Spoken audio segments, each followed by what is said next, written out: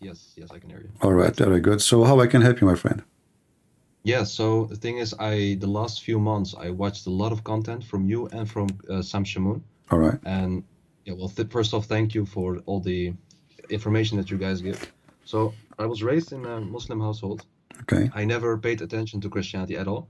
And thanks to you, I am looking into it more. So yeah, and the few questions that I have is more on some of the signs from Islam.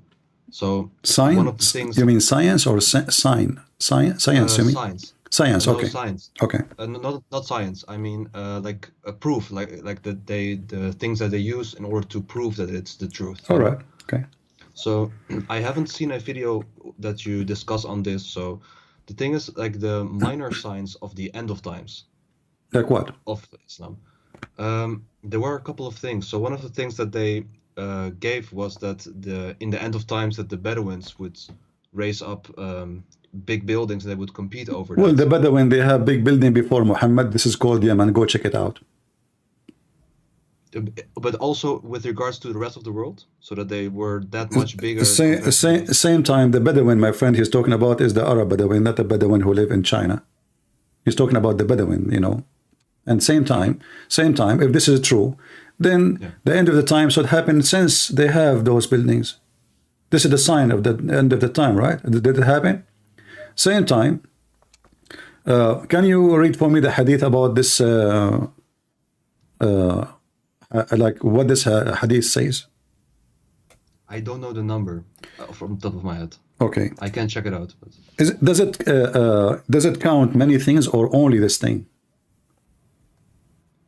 so this particular hadith, I don't know the one that says this. I just saw like some analysis online. I don't know like the exact reference to it. Yeah. Well, the hadith, as I know, it count many things, and this is supported from the sign of the hour. And you will find the second we check them out, we will find many things doesn't make sense and they are stupid. Let us let me go and find some of those hadith. Yeah. And I will put it for you on the screen. You see my screen? Wait, just a second. Yeah. Yeah, but it's wait. All right. No, it's still on Harut and Marut. Okay, now it's going to refresh and will be with you. Okay. All right.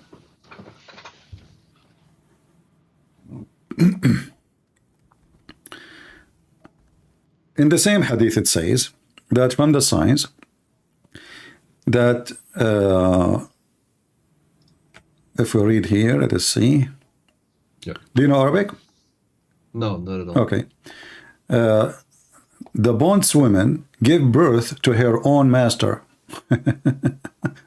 So this is the signs of this has happened thousands of years before. There's many kings, in fact, you know.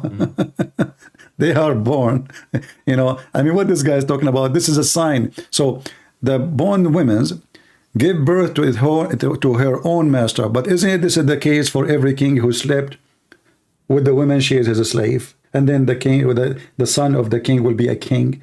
Isn't it most of the kings of the Roman, many of them, they were sons of a company, like a woman, she is a slave. So what does it have to do with the end of the time? So this will happen at the end of the time. But this happened even before Muhammad, after Muhammad, in the time of Muhammad, and later after. So Muhammad is the idiot. In fact, most of those Arab, they are sons of their own slaves, which means the slave, the son, he is a son of a slave, and then he became a leader because he's a son of his father. The father is let us say, a tribe ruler, or etc. So this is very normal thing to happen. Then he said, and then you will find that the barefooted and naked poor shepherd competing one another on the construction of the higher building. If this is about the Bedouin who they are around him, you know, Muhammad, he lived in the time of Yemen is exist, and they are, all of them, they are shepherd. This is what they do for living. Some they do farming, and they have high buildings already, 5, 6 floors. Yemen have very old buildings, and they are going back even before Muhammad time, and they are high and they were competing with each other. So if this is the true, secondly, this is against Muhammad. Let's say this is talking about the Arab today. But when the last time, when the Arab they start having high buildings? Sorry, what do you say? When the Arab they start having high buildings?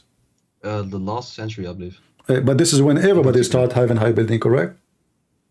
Yeah, but if we look at the highest ones in the world, like those who are more in the like Dubai, Qatar. Okay, right, but like no problem. But this is even built by not even by the Bedouin. The Bedouin cannot build. It's not done by the shepherd. It's done by the European. All the engineering is used. Is your what they do in Emirat? Emirat have almost zero citizen. If you go in Emirat, you will walk in the street. You will see 500 people, and then you will find one local. That's it. So what is the benefit of those 500 versus 1? But it's not like I believe the emphasis on the employees, but it's more about the ancestors of it, like the ancestors of the No, it owners says of they those are the one who will do that. They are the one, not somebody else. He did not mention that they're servants or their slaves or their employees. He said they will do that. They are not. They are not. They are not the one doing it. Same time, if this is true, then this is the end of the time. So what's happening? What happened? Same time. What do you mean? What happened? What happened? Nothing. What is the end of the time? Isn't this is a sign of the end of the time? I thought it's towards the end of the times. I thought like it's a sign towards. Okay, I will go with you. I will go. I will show you, because if Muhammad he knew the signs of the day of the like when the time will come, then we just mentioned that he said soon the Messiah will come. He will come. He will descend between you, and he will break the cross, put down the jizya, and kill the pig. Did you see that? I've heard of it. Okay. Yeah, but did he say the word? The word is liyushikna. The Muslim translation, even the Muslim translation, is saying soon. You're right. Okay. So if this is a sign of the day of judgment, because remember, when Jesus comes, that's it. Jesus will be the judge. That's it. It's it. Okay, this is the end. This is the end. So all those things happen already before Jesus. So, but Muhammad he said, liyushikna. Almost here. Let me show you another sign of the day, end of the time. Oh, but just if I can interrupt for it. Sure. Like you say soon, but the thing is, isn't it in general also with other religions that they say soon, but it doesn't mean no. Like, he said in Arabic, this is the translation in English. Liyushikna in Arabic is not soon. It's almost here. It's not soon. This is the Muslim translation. But like they're even almost here. If we go with that translation, it's still not. Okay, that's why I'm not. That's why I did not stop. Let's continue. In the Quran, chapter 54, verse number 1, it says, "The hour has drawn near." The fact it says the word "iqtaraba," "iqtarabat as-sa'a." "Iqtarabat as-sa'a." "Iqtarabat" is so close. And the moon split asunder. So the moon splitting is what? Is a sign of what? Of the end of the time, correct? I would assume, yeah. Okay. This was 1400 years ago. I see, but what I mean to say is that if you compare that period to like how long the universe exists or how long the earth exists, like it's in relative sense, it's not that long. That's what I think. But that, you see, that means Muhammad, he lied, because he should not use that word soon. He can say it will happen. I mean, Arabic language is very rich in words. I do not need to say the word iqtarabat if it's not soon. It's not like right, almost. We can go and we can see more prophecy. Muhammad, he have tons of prophecies. As an example, the Muslim, they claim that Muhammad, even he knew that the Arab, they will conquer, Constantinople, right? Yeah. Okay. Sure, yeah. How we know that this is even true? Because the hadith is written 300 years after Muhammad. And how we know that is even this is what happened. But let us go together and see. You will see that Muhammad, he claimed that the they will become the majority of mankind.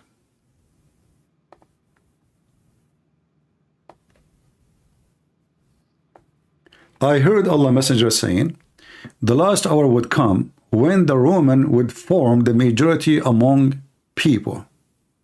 The screen hasn't been refreshed yet for that. No problem. This is Sahih Muslim, very authentic, 2898a. Is that what's happening now? That the Roman, they form the majority of mankind? It's 2898A, you said? Yeah. Ah, I see it in your screen. Never mind. Yeah, that's good. Yeah, perfect. Is it true that the Italian government, they announced that the population of Italy is declining in a massive way and they are encouraging people to have more children?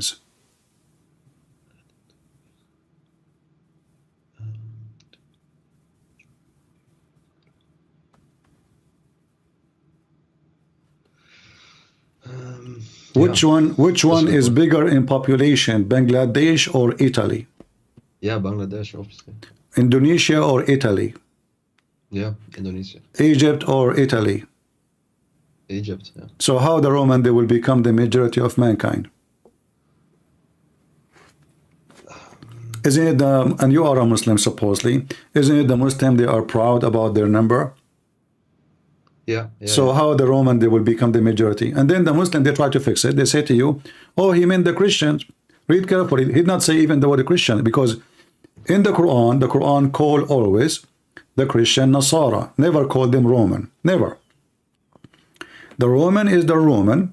The Christian is the Christian. The Quran used the word Nasara. So he said the Roman will form the majority among the people. So Muhammad, he made a false prophecy again. We can give you more false prophecies. Very powerful. I don't know, there's a boy, his name Ali Dawa. He said in his video, like one of the astonishing thing, and he believed that he is a Muslim because of it, that Muhammad, he in the Quran did bash his uncle. Did bash his uncle? Yeah. Okay. The Quran bashed his uncle. Yeah, it's like it's, you know. Ah, yeah. I know what you mean. Yeah. So it was like a prophecy as well. Like he would never accept Islam. Right? Exactly. Like Exactly. Yeah. But look how stupid this silly thing is. Yeah, I know what you're probably going to say. Like if he were to accept, then the book itself would be invalid. No, this is what he said. This is what he said. Not me. But I will use his same. The one who will cut this video later, add Lili Dawa to this part so people will laugh. So if we use the same method, which is used by Lili Dawa,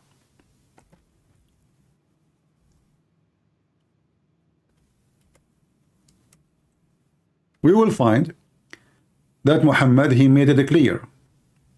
Let us go.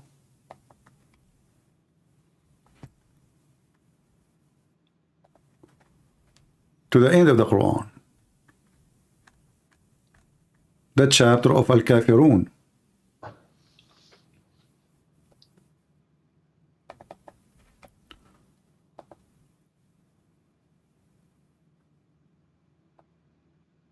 Here you will find this very clear proof that Muhammad is an idiot and he is a false prophet.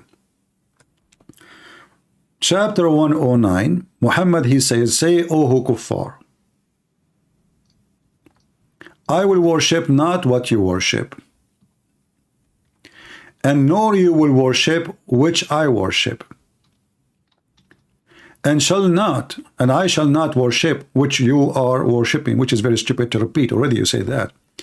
Nor you will worship which I worship. You said that already, idiot. To you, you have your religion, to mine, I have mine. Okay. But isn't it all those people later, they became Muslims? He was saying it to the people right around him, right? So yeah, I would assume, yeah. So how he said, you will not worship what I worship, and I will not worship what you worship? maybe the particular groups of people that No, no, no. wouldn't He did not their say, he ancestors. said kuffar. He did not even, kuffar mean everybody don't accept Islam. He didn't say a person, he didn't say a name. Al-kafirun, anyone who disbelieve. So he said, all the kuffar, you will not believe in what I believe, and I will not believe in what you believe. And he repeated that many times in the same chapter. But then we find that all of them, they become believers. So using the same method used by Lili Dawa, that Abu Lahab, if he converted to Islam, that will make Quran invalid. This is his method. Okay, well, this is Islam invalid because now one person did not convert to Islam. That make you believe Muhammad made a prophecy. And thousands of people who supposedly Muhammad said they will not believe in Islam, they become Muslims. And that will not make you leave Islam. Sorry, can you repeat it? If Lilida was saying that because Abu Lahab, he did not convert to Islam, because if he convert, that will make the book invalid, correct? Yeah. Okay, that Abu Lahab is one person. Right. Okay, but Muhammad here saying all the kuffar, including Abu Lahab. Yeah, but okay, he says this, but he says like that person, like Abu Lahab and the other kuffar. No, no, no. They do not. In that verses, only Abu Lahab. He's talking about Abu Lahab. You know, he's bashing Abu Lahab and his wife specifically, 2 person only. Here he's saying the kuffar, including everybody. Kuffar is everybody, but all of them, you know, or let us say the majority, because later either they get killed. So we cannot talk about the one is dead. He convert or not. We can talk only about the one who's still alive. The one who's still alive, all of them, they converted to Islam. So this is a false prophecy. Yeah, but not all of them. All of them. Of course, a lot of Saudis and no, all of them. No, all of them. All of them. But not literally all of them. Okay, no, all of them, because simply there is 0 non-Muslims in the Arabian Peninsula. So anyone want to stay in the Arabian Peninsula, you have to convert to Islam. All of them. And then those people, and like my friend, I don't those see people, that people, not contradiction in it. people, doesn't matter. Those people, if there is only 5 between them, and he said to them, you will not convert to Islam, and then they convert to Islam, that means Muhammad is a fraud. But I will go with you now. Okay. Muhammad, he made the prophecies, and you mentioned to me about the day of judgment. Well, Muhammad do not know about what's happening in his time, how he knew about the day of judgment. As an example, when Muhammad, he mentioned that how the baby is made, and the one is talking is Allah, right? And we can, by the way, we can read the hadith, but I'm going to read Quran is more powerful than the hadith, right? Because the Muslims still, they can say, as I said, it's written long time after Muhammad. It can be false. But if we go in the Quran, we will find. The problem is with the embryonal development, I have no knowledge on it in general, so I don't. I'm not a doctor, my friend. I'm not a doctor. And the only time I learned about this since high school. After that, I did not join a medical school or etc. You know, it's just something I learned in, you know, in high school. And since then, I did not have any extra education in it. Just little reading. Here it says, we made the nutfa into a clot, a piece of thick, congealed blood. Is that correct?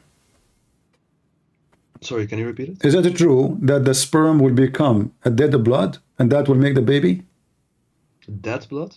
Dead blood, yeah, congealed blood. I have no idea. For real, my friend, you can search right now. I mean, I'm assuming that you are a young man and you know how to use the computer. What's your education, if you don't mind? Yeah, I've studied something mathematics, but not nothing with biology at all. Okay, so. But can your fingers search right now what make the baby? I mean, you will find it. The sperm does not transform to anything. The sperm only deliver the DNA and fertilize the egg. The only thing what I could say, like just before I read the scientific approach, is maybe this is a very easily to be understood approach. What he explains here. That's what understood. Listen, all this method is false. This is God talking about how the baby is made. So the sperm does not become a baby. It is the sperm fertilize the egg. You see, if here he's not giving details, I will say, okay, you know what? He just make it let us say metaphorically, you know, like you are from the semen of your father. I will let it go. But no, he's talking about the stages one by one. He's talking about the semen itself, how the semen is transformed into dead blood, and that dead blood become something else. As we see here, it says it became a clot, and then into a little lump, and then of a flesh, and then made out of the little lump of a flesh bones. But this is absolutely false. None of this is true. So how this can be coming from God? I have no idea. I'm just checking a bit on Google. Okay, I want you to just to make it simple. You know what you are saying to me, that Muhammad, he knew signs of time, but none of Muhammad's signs of time is working for me. If there is anything you find it's very strong for you to keep you as a Muslim, give it to me. Let me see. No, for me it was science, not science. Like science as in the science, whatever you want. Yeah.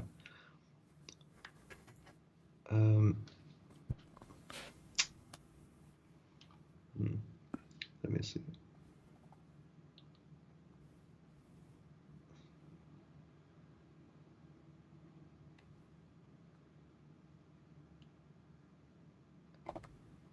Give me something you think it's really good. The best. Right.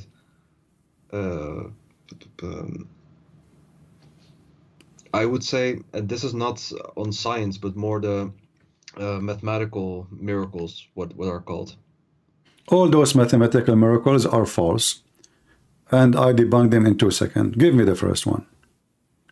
Yeah, sure. It's about the amount of something that has been mentioned. Like, for example, the one of the things like water to land ratio of That's the Earth, false. which is then the same. None of them is true. All those calculations is false. Same time, if you know, as an example, you see, when the Muslim they make a claim, they knew that people do not know how to read Arabic, and how they don't know. I mean, they go by what people say, right? So, as an example, in the Muslim website I saw, it says that the word day is mentioned in the Quran 365 times. Is that correct? I've heard of it too. Yeah. All right. But isn't it the year in Islam not 365? Isn't it the year in Islam is a moon day, is a moon month? Ah, that's a good point.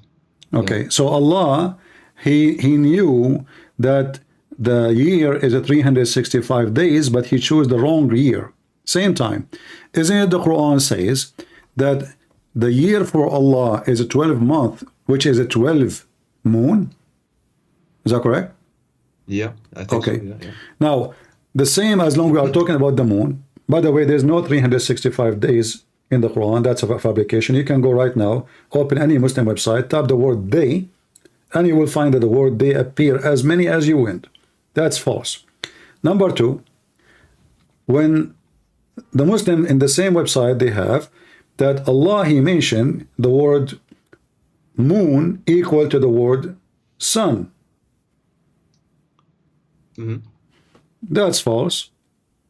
They don't count the word moon when they want, and they count it when they want. As an example, when the Quran says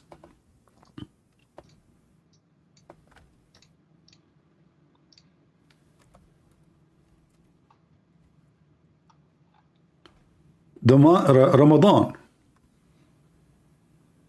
Okay. So the word Ramadan, you see the translation here, it says Shahr, the month of Ramadan. Still needs to be refreshed in a few seconds. Yeah, chapter 2, verse 185. Oh, okay.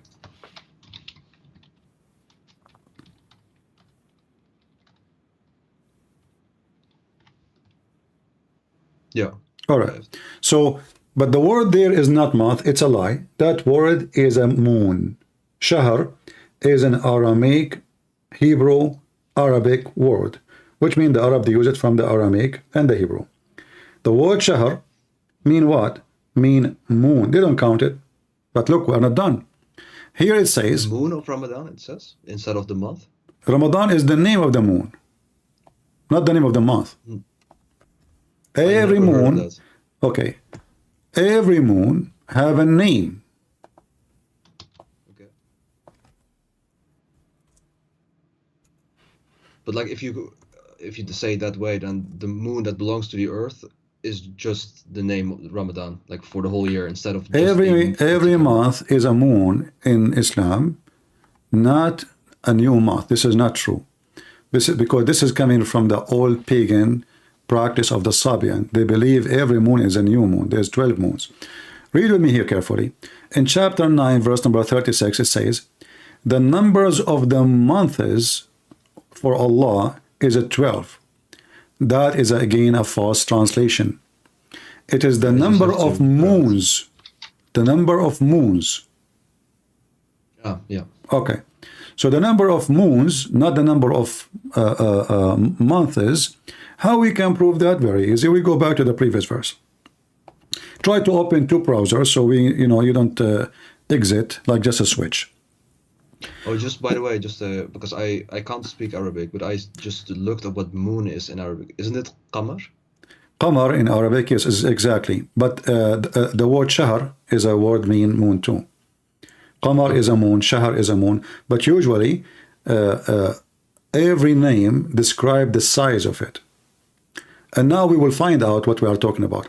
So look what it says in the line after. It says, whoever of you cite between two bracket the crescent of the first night. The crescent, what crescent is? The small part that you can see of the moon. This is what shahr is. So there's a 12 shahr, 12 moon, all of them, they are like this, crescent moon. So whoever of you, this is why it says shahida. Shahida mean he saw, he witnessed. You don't witness a month, you witness a moon. Do we agree? Yeah. Okay.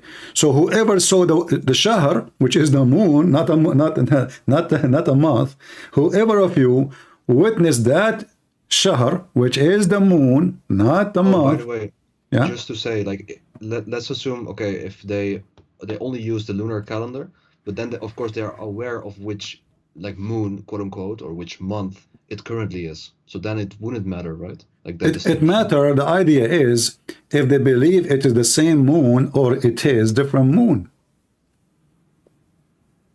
No, what I mean to say is, how should I say? Like, for example, with the Western calendar, lunar calendar, like we don't say like the X amount of sun, but still, like, you can, if you were to every day track the sun, you can eventually like make it up in the same way as how we normally were to track the calendar. Like my friend, even the sun calendar, you have to do correction. We have something called lab here, correct?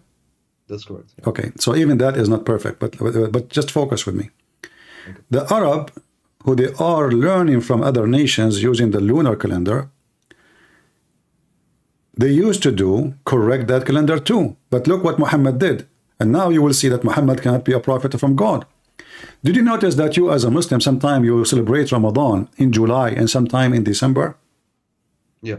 Okay, why? Because it's not the same as the sun calendar. So therefore it's kind of no, so to say. Like, no, that's not the reason. The reason is that the smart Muhammad, he decided not to do the correction. So the Arab before Islam, they used to correct the calendar. So they add few days at the end of the year to fix it. They are not stupid. They learned that from the Jews. So Muhammad, he said to them, this is from the kuffar. We will not take it. And by doing that, hadith for that? No, this is Quran. This is Quran. No, this is not statement that you make. I mean, about what? For the statement that you make, that this is Quran. He called it an-nasiyu, the ziyadatun fil kufr, chapter 9, verse number 37. Muhammad, he claimed that correction of the days of the festivals is a kufr, is an act of shaitan. When in fact, this is the only way to make the calendar work good. And now the Muslims, their July become December and their December become July. Because the year keep moving. So how that can be from God? Shouldn't Allah say to Muhammad, what are you doing, you idiot? They are doing it right. So now if you are a person who's born in January, next year you know what January is. Now because of Muhammad, January became August, became February, became March, became May, became April, because every month, every year, the calendar is moving.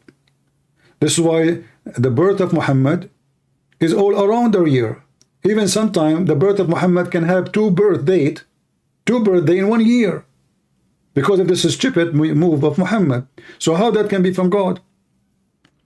But just like, okay, I see indeed what the ayat that you show, like, but I don't know the context of the ayat, like the reason why that's this one, here we go, the contact in front of you. The Quran says, read the verse before it, and you can read the interpretation if you want.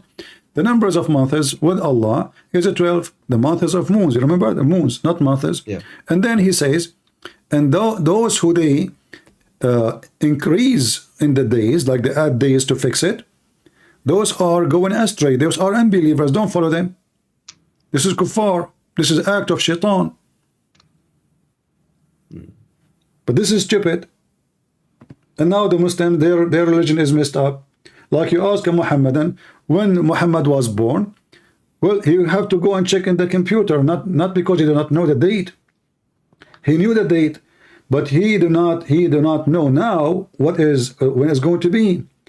Because in the time of Muhammad, if it was August, now maybe it is December, maybe now it is February, maybe it is January, maybe it is July, because the calendar is mixed up. This is not an act of a person. He knew that simple math. You are the one who mentioned mathematics. Yeah. Another stupid thing in the mathematics. Like they say to you the miracle of number 19, correct? Mm-hmm. Okay. You go to verse number 1 and they say to you there's 19 letters. Do we agree? It says they say that? I haven't heard. I have not heard of this. I don't know. Well, this is what number 19 is about. They start from verse number 1. And this is made by somebody. His name is Rashad Khalifa, and the Muslim killed him for the same reason. Because in order to make the number 19 work, he have to delete many verses in the Quran. Not only that. Oh, just by the way, can we go back to the moon instead of month thing? Like, let's say that, okay, in Arabic it says moon or like shahr instead of month. Yeah. But still, isn't it still not correct? Like, aside from that difference in the word. It's not correct, Like because the year is not a 12 moon. So Allah, he have a wrong mathematics, because it's not 12 moon. Is it? No, true. If we are adding 10 days, then it's not 12 moons. Yeah. So even if you say it is 12 months or 12 moons, still it's wrong. Yeah. All right. So the Muslim, they have tons of website talking about number 19. And if you go to Al-Fatiha, the second I start calculating the numbers of the letters, I will find that they are way more than 19. You see, in Arabic, I will try to zoom in just to show you how they lie and they fabricate when they claim those claims. You don't know anything about Arabic at all? No. All right. I want you, after we finish today, you can download the video and bring a Muslim who speak Arabic very well and let him defend what I am saying, which means against me, not with me. Bring somebody he hate me very much. Do you see? Let me open my screen pen so I can show you what I'm talking about. In the screen, we have the sentence which the Muslim, they claim this is the total numbers of the letters is 19. And if we destroy the sentence, the whole numbers already is gone. I mean, the whole calculation is false. So if we look here, you will find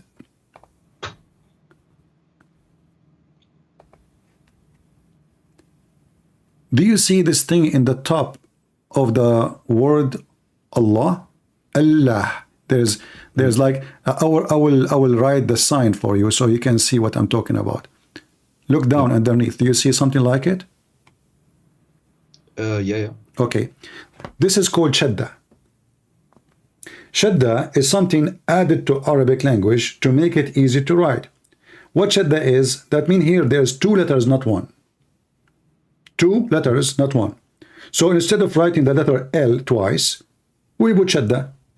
This way, the one who is reading, shadda mean extend, like you put it, put it more, longer. So when you pronounce it, you extend the way you say it. So now, here we have two letters. Okay, the number 19 is gone. Not only this, and the one after it here, Ar-Rahman, I will make a sign underneath of it so you can see it here, little one. Do you see it? Okay. So now Ar-Rahman, Ar-Rahman. You see, like when the Russians speak, Ar-Rahman. It's more than one R. So this is two more letters. There's shadda. Yeah, it still needs to be refreshed, the screen. But yeah. So Allah. Okay. The letter L have a shadda. The word Ra, Ar-Rahman, have shadda. And then Ar-Rahim here. This is Ar-Rahim. This is the letter R. And this is the shadda here in the top of it. There's two R, not one. So look what happened now. Just by adding, by looking at the shadda, we have to add three more letters to number 19. So what the total? 22 then. We are not done, are we? No, we are not. Here you will see the word bism. In Arabic, there's no such a thing called bism. The correct way is bi-ism.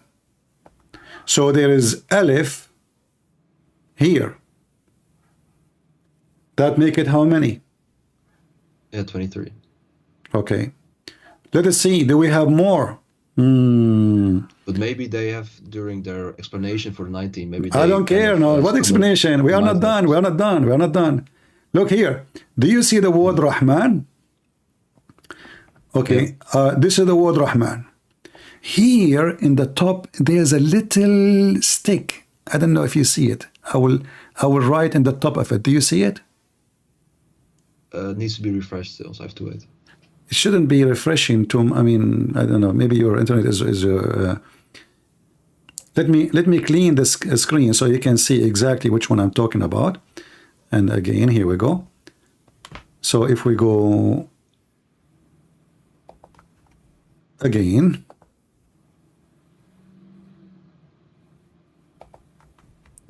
so here there is a little alif. I will draw in the top of it just to show you, and then I will erase it so you see what I'm talking about.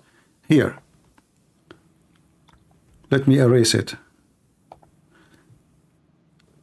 Actually, I will cover it. Here we go. I will make it in red. Do you see what I'm talking about? That it's really slow. Like now it's just empty, but I have to wait a few seconds. Okay. You will see it. So you will see here, there's a little alif. Alif, this is A. So this is the word Rahman. Rahman is not written as you see it now. The right way is to have the A. Ar-Rahman. So now we have 24 letters or 25? 24, I think, yeah. I think we have, yeah, maybe 24, I'm not sure, yeah. So the number 19 is gone long time ago. But maybe the way that they... no, it's not up to them. Either you are calculating the letters numbers or you are not. What do you mean? What do you mean the way? I can change. No. So is it about a way so I can play games and make it fit with me, or it's about how many letters? You make a good point. The only thing is because like I've heard that nowadays the way that it's written is a bit changed in order to read it more easily. Exactly. So this is not the Quran then. If you change it, but if you then look at the original, like my friend, you just said they changed it, correct? No, just the way that they write it. Exactly. Okay, so we have to go by the way it is, not the way they write it. Same time, even in the way they write it, the shadda, anyone knows. There's a guy, his name is what's his name, guys? Khan, something Khan, something. He's from I Pakistan. know what you mean. Yeah. Yeah, he have a program. He explained to you how Ar-Rahman is a two-er, because he's trying to show you a miracle. Actually, he is making this to show you a miracle. But he totally agree with me. So the second you see shadda, the R became 2. The second you say shadda, the alif become 2. The second you say shadda, the M become 2, etc. So this is how it is. This is Arabic. It's not up to me. It's not up to them. It's not up to anyone. So they deceive, they lie to make it fit. Like, how come the one who made this false calculation, he did not notice that the word Rahman have alif? This is just an artist way to write it. This is not the way the Rahman is. The same as the word Bism. There's nothing in Arabic it's called Bism. I will type the way correctly and you will see it all over the Quran.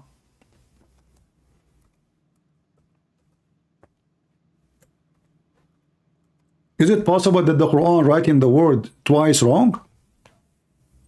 I don't think so, no. No, right? Even though I believe the Quran is full of wrong writing. Hold on.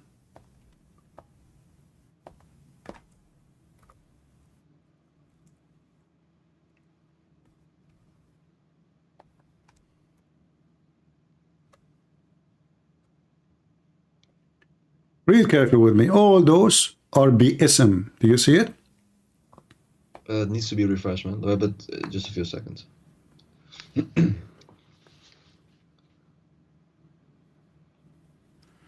So this is the way to write the word. This is the correct way.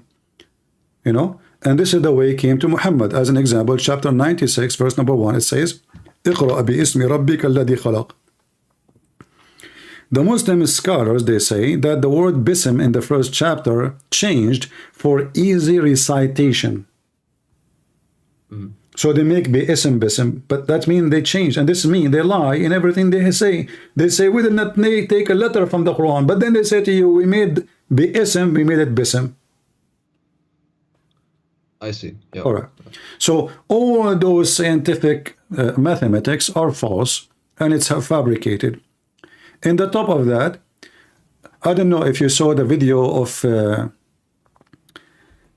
Didat, you know, Didat, a person, he asked him, he said to him that in your book, you have a book and a CD,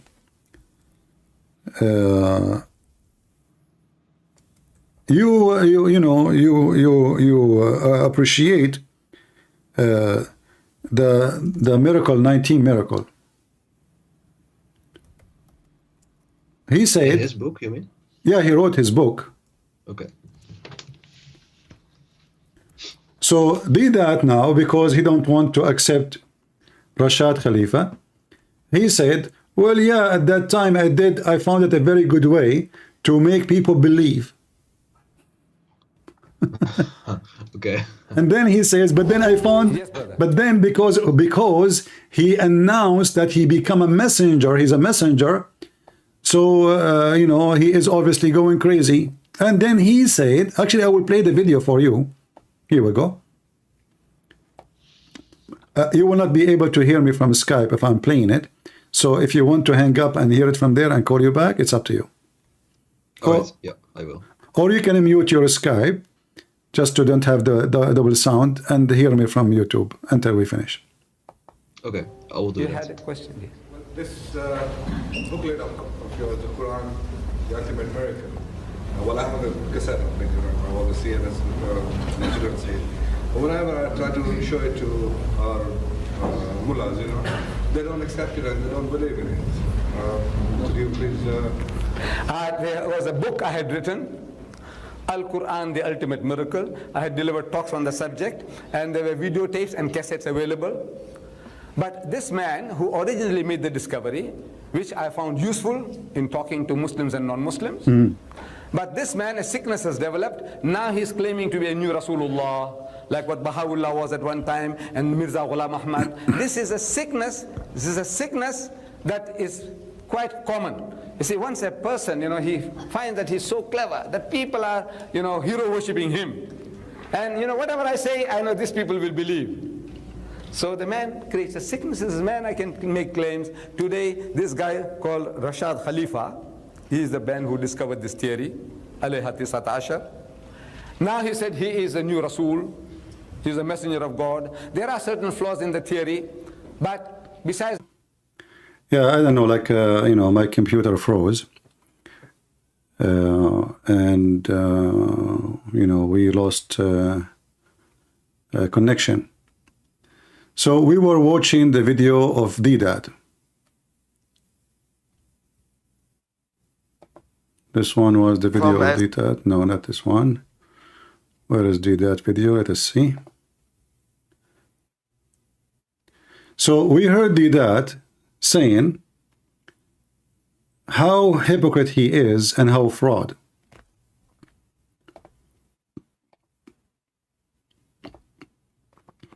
He used that statement from that guy, and he made a big chapters of it in his book. Big fortune to make money. But yet he said clearly that this method, it's a theory which have a lot of flaws, a lot of bad things, not true. So why you accept it? He said why? He said because he thought it can be useful to convert people to Islam. So those Muhammadan, they use a lie, something they believe it's a lie,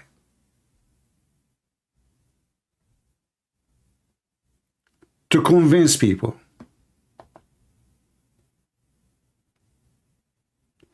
Why anyone have little decency will do that? I'm just trying to find the video again. Here we go. All right.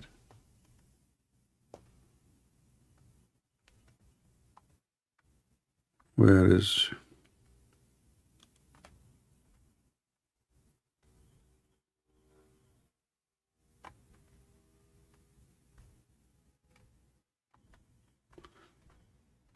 Yeah, I don't know what happened. I can't find the video. Very weird. Anyway, we heard it already, right? We heard it. So, in order to fool people, they are willing to use any false method. They put it in their book. They print it. They publish it. They sold it. Muslims believe Ahmad Deedat, and later Ahmad Deedat himself, he said that this theory have many flaws in it. So why you accept it and why you promote it and why you believe it? Because he found it a very smart deceiving. So we deceive people to convert them to Islam, and nothing wrong with that. Don't Ahmad Deedat knew that this guy even deleted verses from the Quran to make that false number 19 work?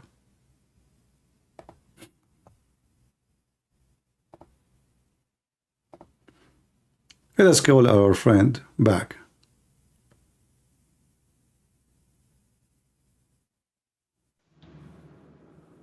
Hello?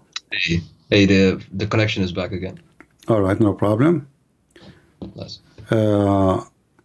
So I haven't seen the whole, like, because the connection was lost, but I think the point you was trying to make was that he said some things in order for people to be more convinced, right? yeah, but he said that this theory have a flaws, it's not right.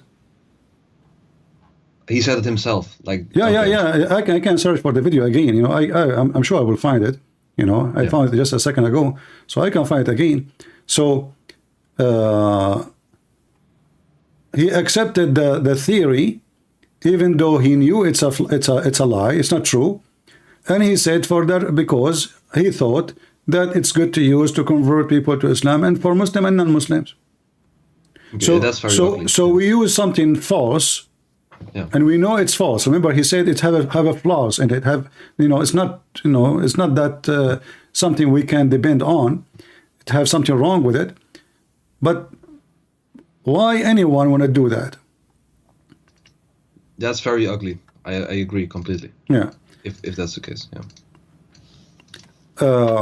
So all of those are fabrication. In the same time, I mean, why I need to go and find Muhammad prediction? I can predict now, and something will happen tomorrow. I will show you something. Do you have predictions that are not true that we can? Okay, everything he said is not true. Everything we said until now is not true. So what we were doing in the last, half hour. Everything, the Roman will become the majority of mankind. Even when he spoke, okay, if I go right now,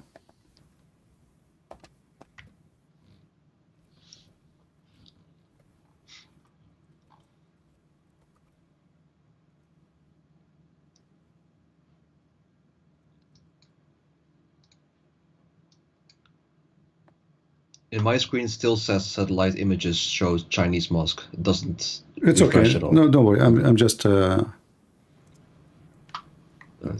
will open for you something. I mean, I have endless, Muhammad, he was standing in front of a group of people. The word تقوم الساعة, every Muslim knows what تقوم الساعة.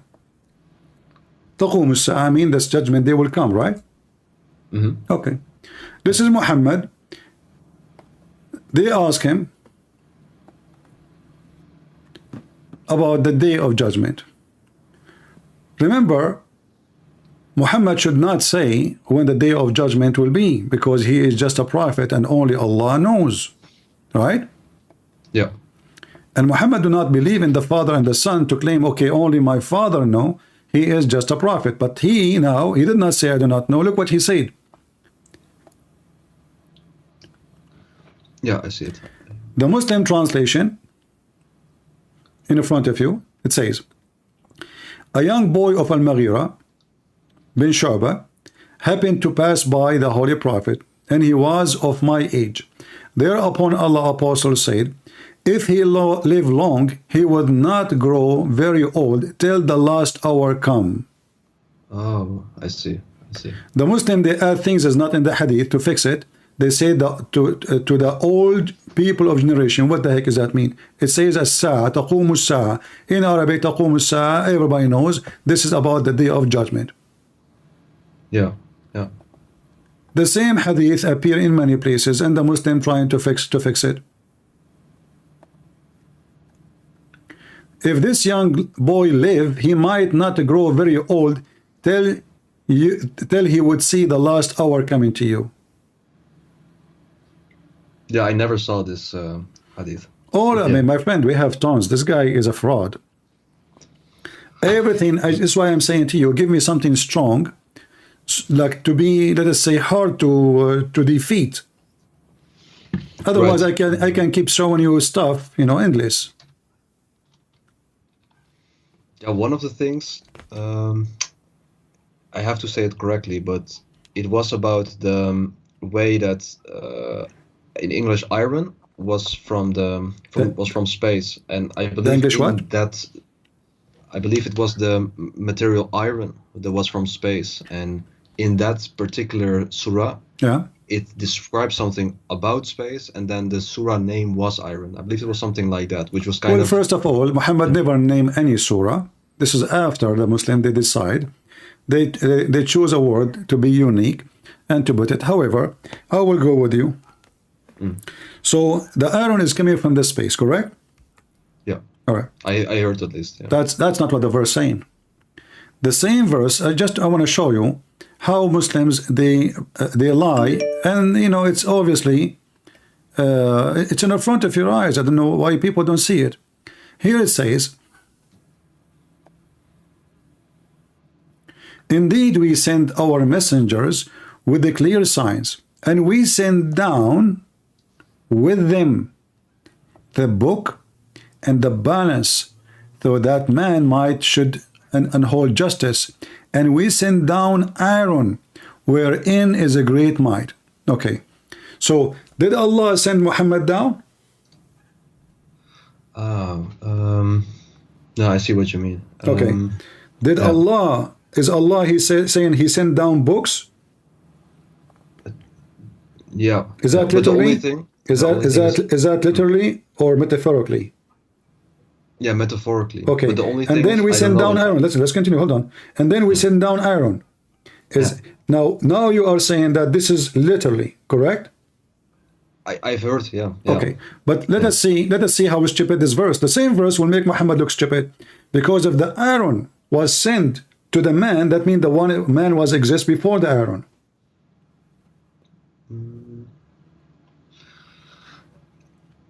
No, it doesn't. It doesn't, right? Like it could have been like the iron would have been sent down to earth prior to the existence of man. Okay, secondly, this is absolutely false, because no scientists say that the iron we have is sent down from the space. They say some of the iron in the crust is from the space, because we have the magma, and the magma is full of iron. Okay, yeah. But still, then there is some that is from space. If some doesn't matter, but Allah is saying that everything you have, we send you down. Okay, the Quran says Allah He sent down clothes for you, libasan wa rish, cloth and feather. Did Allah send us any clothing and any feather to cover ourselves? Not in that way, no. Oh, there's other way. How come we take the iron literally, but we don't take the feather and clothing literally? Is the same word for sending down used in those? Same exact word. Anzalna. Okay. Here we go. Chapter 7:26. Children 7:26. Okay. Children of Adam, and this is the word in Arabic. يا بني آدم قد أنزلنا عليكم لباسا يوري سوآتكم. أنزلنا. You see the word أنزلنا? أنزلنا. Yeah. Okay. This is sent down. Yeah. We have sent down on you garment to cover your shameful part. But did Allah really send any garment? As I know, all of them, they are made in China. Yeah. Okay. Did He cover us by feather? Look, do you see the word feather? I just see the Arabic part that you marked. All right, you will see the English one. And feathers. Since when human being, they are covered by feathers? Why? Are we chicken? No. Okay, so what he is talking about? What feather? Maybe the feathers within certain, what's it called? Like very primitive clothes. I don't know. Something like that. No. Muhammad is a mentally ill person. He think that, most likely he's talking about chicken. So Allah, He clothes the chicken with the clothing. But this is very silly and stupid to say, to name it a clothing. This is part of them. Clothes is something you add in the top of it, in the top of you. Something you wear, not something is you are born with it. It's part of you. Otherwise, it's not a clothing. So here is sent down, there is sent down. Allah sent down the Quran. Allah sent down the messengers. Allah sent down rain. Allah sent down everything. So suddenly the hadid, which is the iron, only is the miracle. How Allah knew? Same. This is false, because the blood of the man have iron. Is that true? Yeah, but okay. It's a different. Okay, but isn't it Allah? No, hold on. I will go with you. In the Quran, isn't it Allah? The last thing He created, it was the man. Yeah, I think so. Yeah. Okay, so that's mean the earth is completed and nothing is missing, correct? Sorry, can you repeat it? That means everything in the earth is sent down already and completed. I see point. Yeah. Okay, yeah. So if Adam was the last thing, then why is iron? Did we receive the iron after Adam? Yeah. I see it. Yeah. Because Adam, a human being, if we don't have iron in our blood, we die. Iron deficiency causes death. Yeah. Okay. So if we don't have iron in our blood, we will die. Iron exists even in our water, in the magma, everywhere. So if the scientists, they say some, not all, some of the iron came from the space, this is have nothing, because look, I will go with you just to take one side.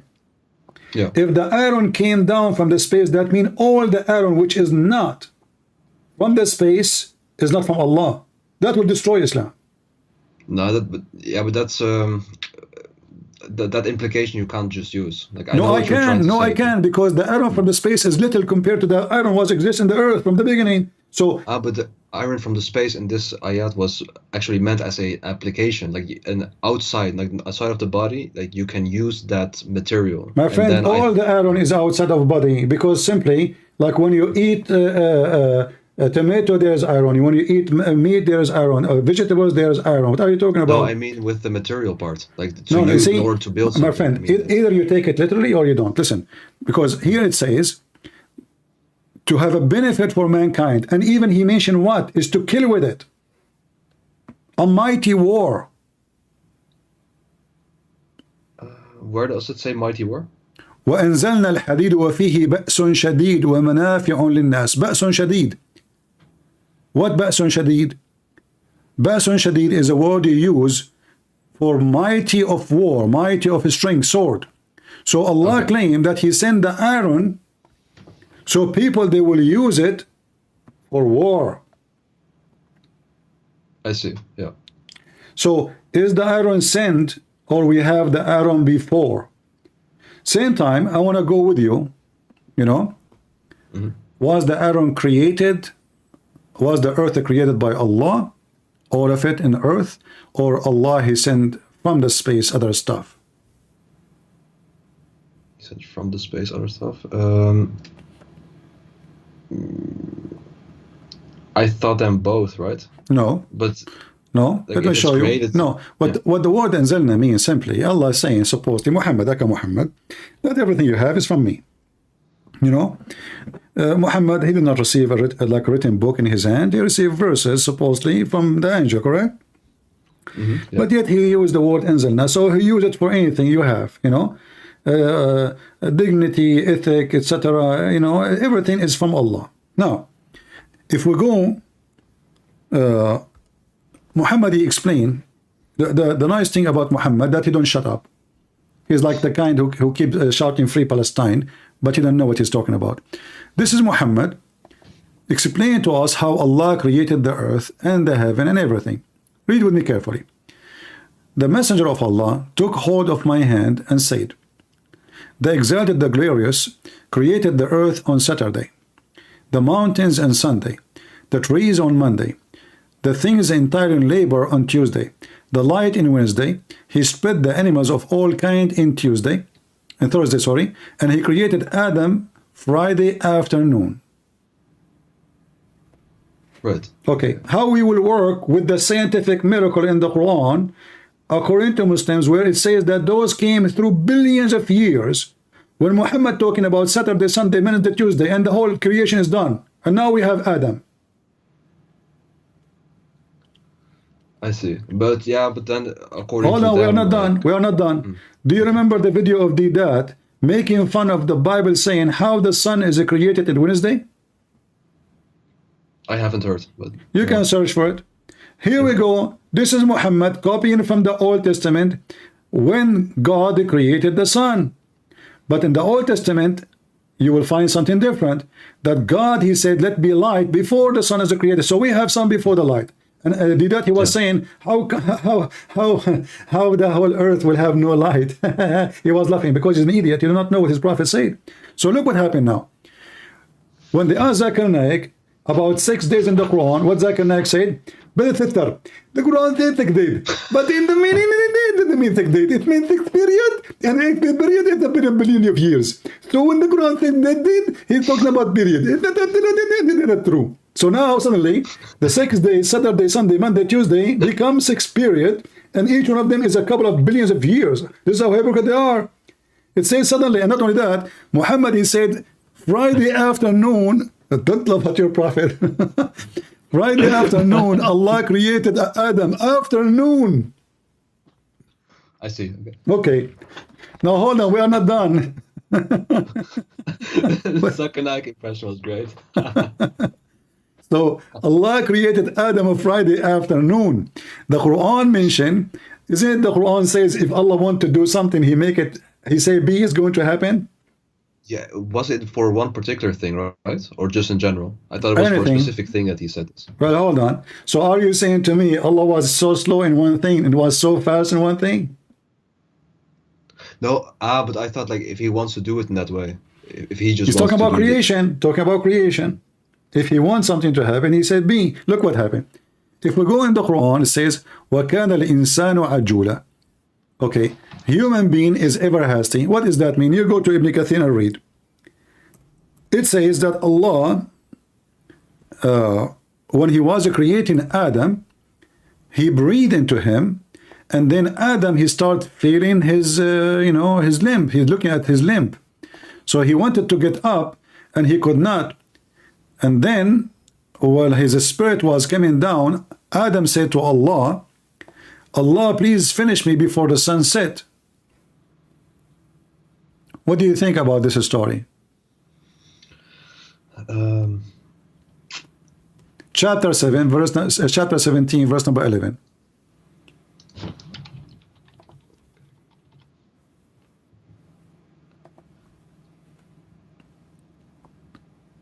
Yeah, I don't really have an opinion. Like, it's neutral, I would say.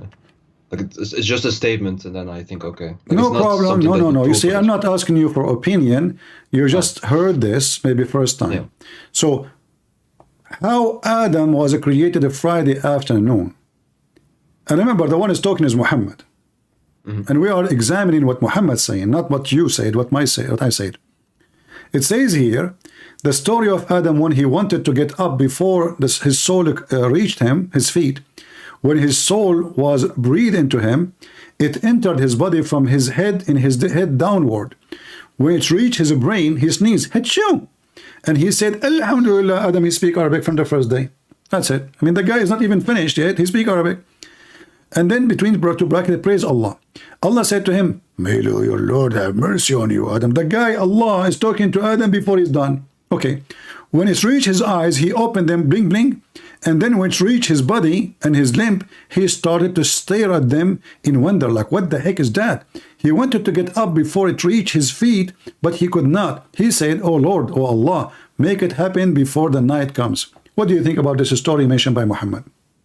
The last sentence, like, do you want to say, like, okay, it took him so long in order to create Adam because he says make it happen before night comes? Maybe the last sentence is just figuratively, not literally. No, the whole thing is stupid because simply Allah talking to his creation, the creation should not be able to talk unless he is finished.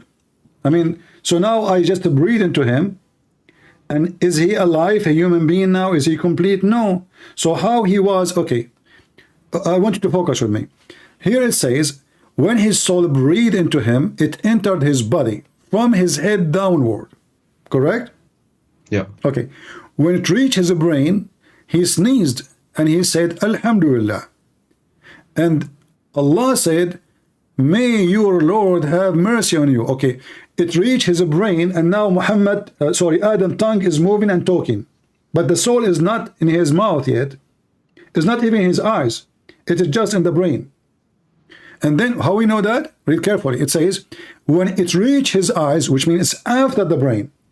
So yeah. If the eyes blink after the brain, made a sneezing. How Adam is saying Alhamdulillah when the soul did not arrive to his tongue yet?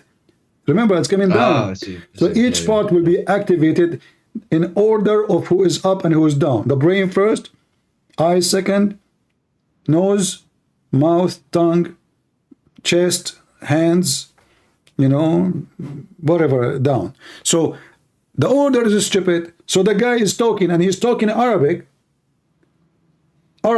which does not exist yet, and he is saying Alhamdulillah, but yet the breath of Allah did not arrive to his mouth yet. And the proof of that, because after he sneezed, the spirit, the soul came to his eyes.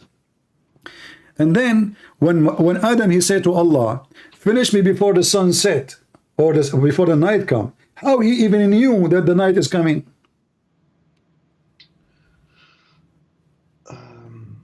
Yeah, okay, but maybe he just got the information, like some instinctive information on it. That's what instinct. Okay, so the guy, he became like he is born with geography, and he knew the sun is coming. Same time. Okay, but same time. Finish me Allah before the sun set.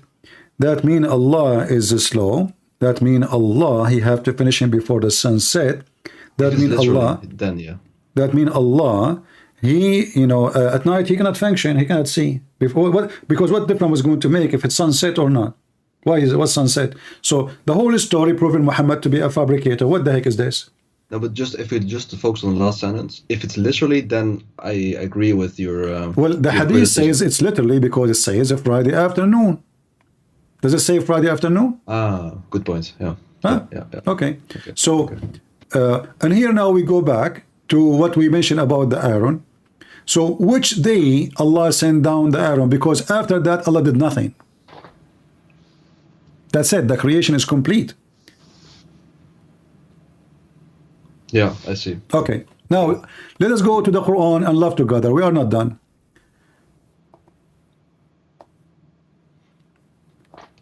I will give you 2 chapters. Yeah. Or I will give you more just to help you.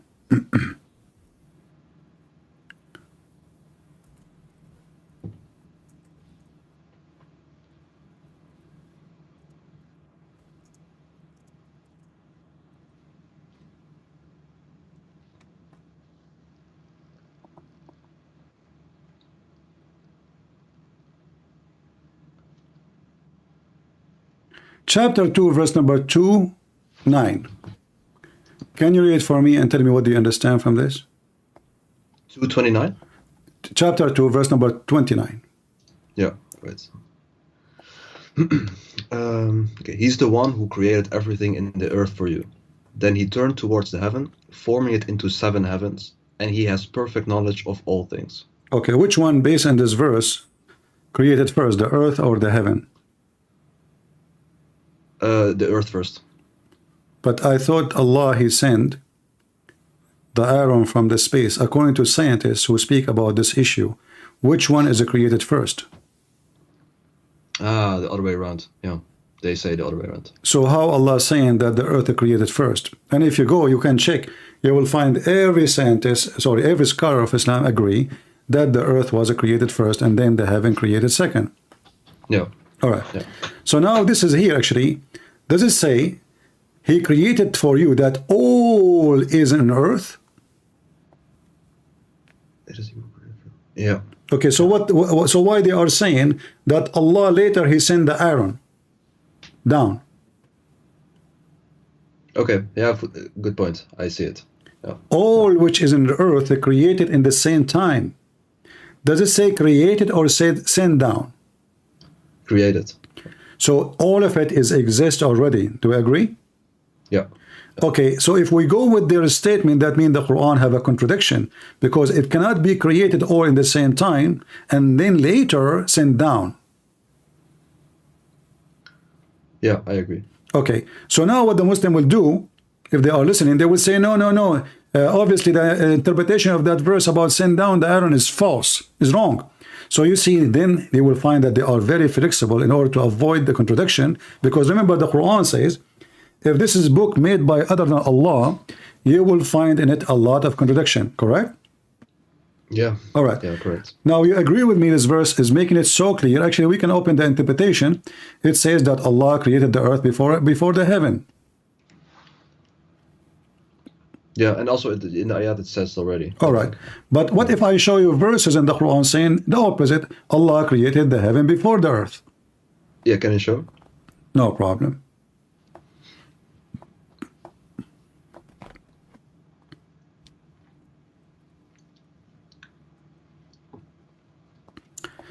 We go to chapter 79 and we read it from verse number 27. By the way, feel free to read any verses you want from before, because I don't want you to say I'm misquoting, but all the verses before have nothing to do with the creation.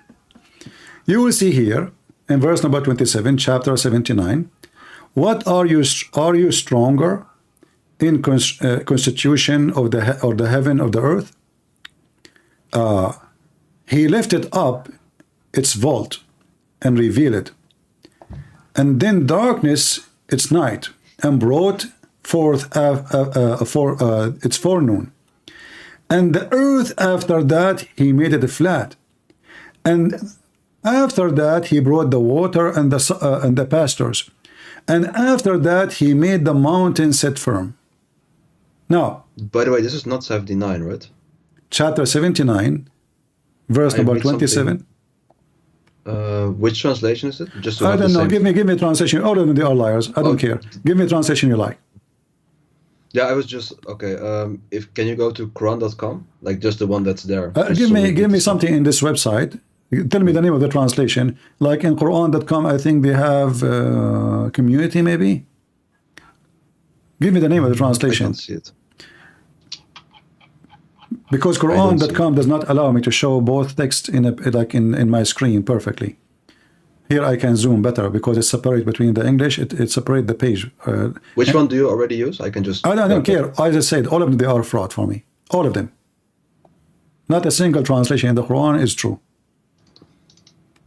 I'm just using what Muslim they use to show you how stupid the Quran is. Let me see. This is Muhammad Khan and Hilali Khan. Muhammad and Hilali Khan. Okay. Are you more difficult to create, or it's the heaven, or of the heaven that he constructed? He raised its height and has equally ordered it. Its height covered with darkness, and its forenoon he bring out between two brackets with light. And after that he spread the earth. Do you see the word after that? Yeah. Okay. So all those things in the heaven is done before what? Before the earth, Allah start working in the earth.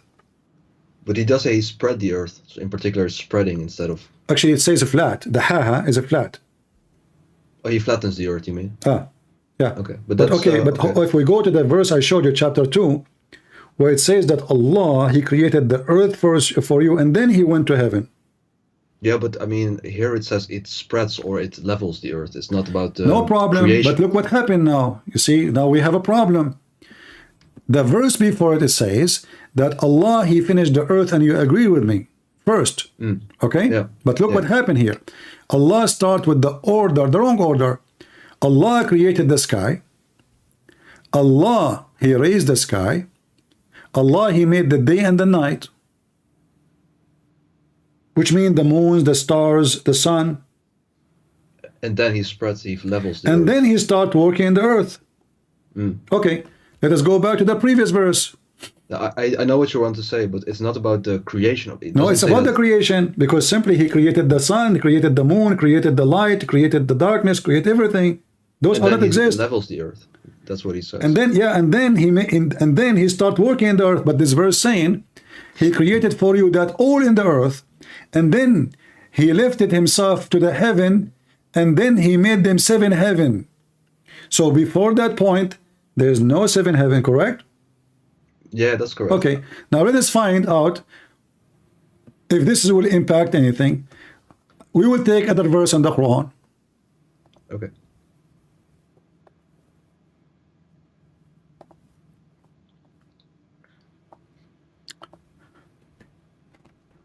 We will find this.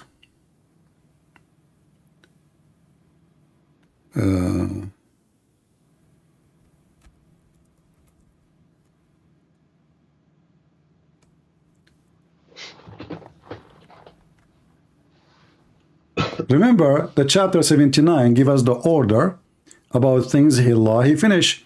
In chapter 79, Allah finished the heaven, and then He start making the earth flat, and He put the mountains, etc. Correct? Yeah. Okay. Now let's read together chapter 41 and read it from verse number 9. It says, Do you verily disbelieve in Him who created the earth in 2 days and set up revels? That is the Lord. I mean, this guy is adding too many brackets. You can read them. Okay, set up revels in worship with Him. That is the Lord of al-Alamin, which means all mankind and genie, which is funny. And then, so what is the first step here He did? He created the earth in 2 days, correct? Yeah. Okay. And then this is next. He placed therein on the earth mountains. So number 2, what He created? Mountains. Mountains. And then He made for in it is a substance, which is like water, grass, trees. Do I agree? Okay. Yeah. In 4 days. Okay, and the earth was in 2 days. You mean that? All right. Now we continue. And then, do you see the word then? Yeah. Okay. When we say then, which one is before, which one is after? The then part is after. Okay. Then he is istawa, which means he rose up toward the heaven, but it was a smoke. There's nothing. Okay. Correct? Yeah. Yeah. Okay. And then he completed the heaven and he finished them. He finished their creation into 7 heavens in 2 days. Correct? Yeah. And then he created lamps. Those are the stars.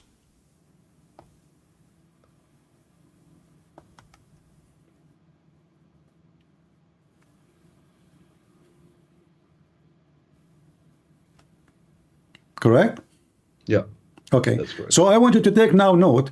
Based in chapter 41, the last thing was created was the stars, the lamps, and they are in the lowest heaven. Do we agree? Yeah. All right. So what was the first thing was created based on chapter 41, the same chapter? He created the earth in 2 days. Yeah. Okay. Yeah. And then the mountain was second. Maybe you can write it down. So earth first, mountains, mountain second, then the sustains of the earth like water, trees, etc. And then he went to the sky. The sky was nothing. There was a smoke. And then he created the 7 skies. And then the last thing he created was the lamps. Okay, now let's go to the other verse. And now you will see why we are laughing.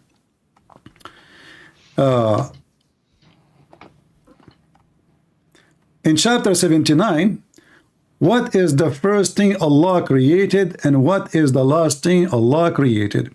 So, He created the sky. He left the sky. He made the day and the night. And after that, he started walking in the earth. Do we agree?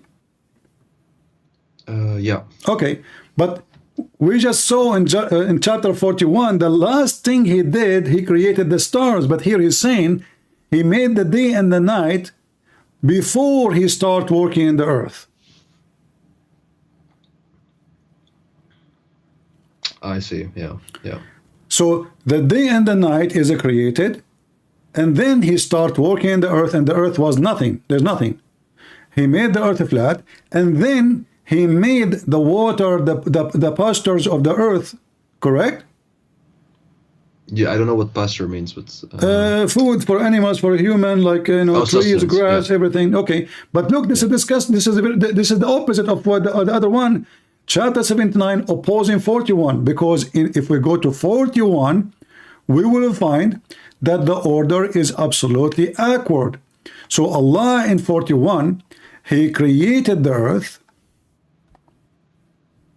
then He put mountains on the earth, and then He created the trees and the fruits and the grass, and then He went to the sky, and then He made them 7 sky.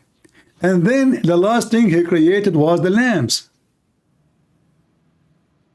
I see. Yeah. But in the other chapter, it's totally the opposite. Allah made the day and the night before He started doing anything in the earth. He finished the sky. He made it 7 skies. He made day and night. And then after that, and the Quran is so clear, it says after that, وَالْأَرْضُ بَعْدَ ذَلِكَ دَحَاهَا. And after that, He started working in the earth. And after that, He made water and grass and trees. And after that, He put mountains. But chapter 41 is totally the opposite order. Isn't it? This is a very, very clear contradiction that the one who He claimed to be God, He forgot which one He did first. What are the scholars of the religion say? They, what they can say. I mean, they can say whatever they want. They cannot deny it. They cannot deny it. Yeah, maybe like, I don't know, man. I mean, isn't it clear? Do I need even a scholar? It says after. You see, the Quran using the after, not using the same time, not using the same, you know. And Muhammad, what about the hadith? Isn't Muhammad, he says he gave us even the name of the day, Saturday and Sunday, and you know. Yeah. Okay, so what you know, based on the hadith where Muhammad, he said,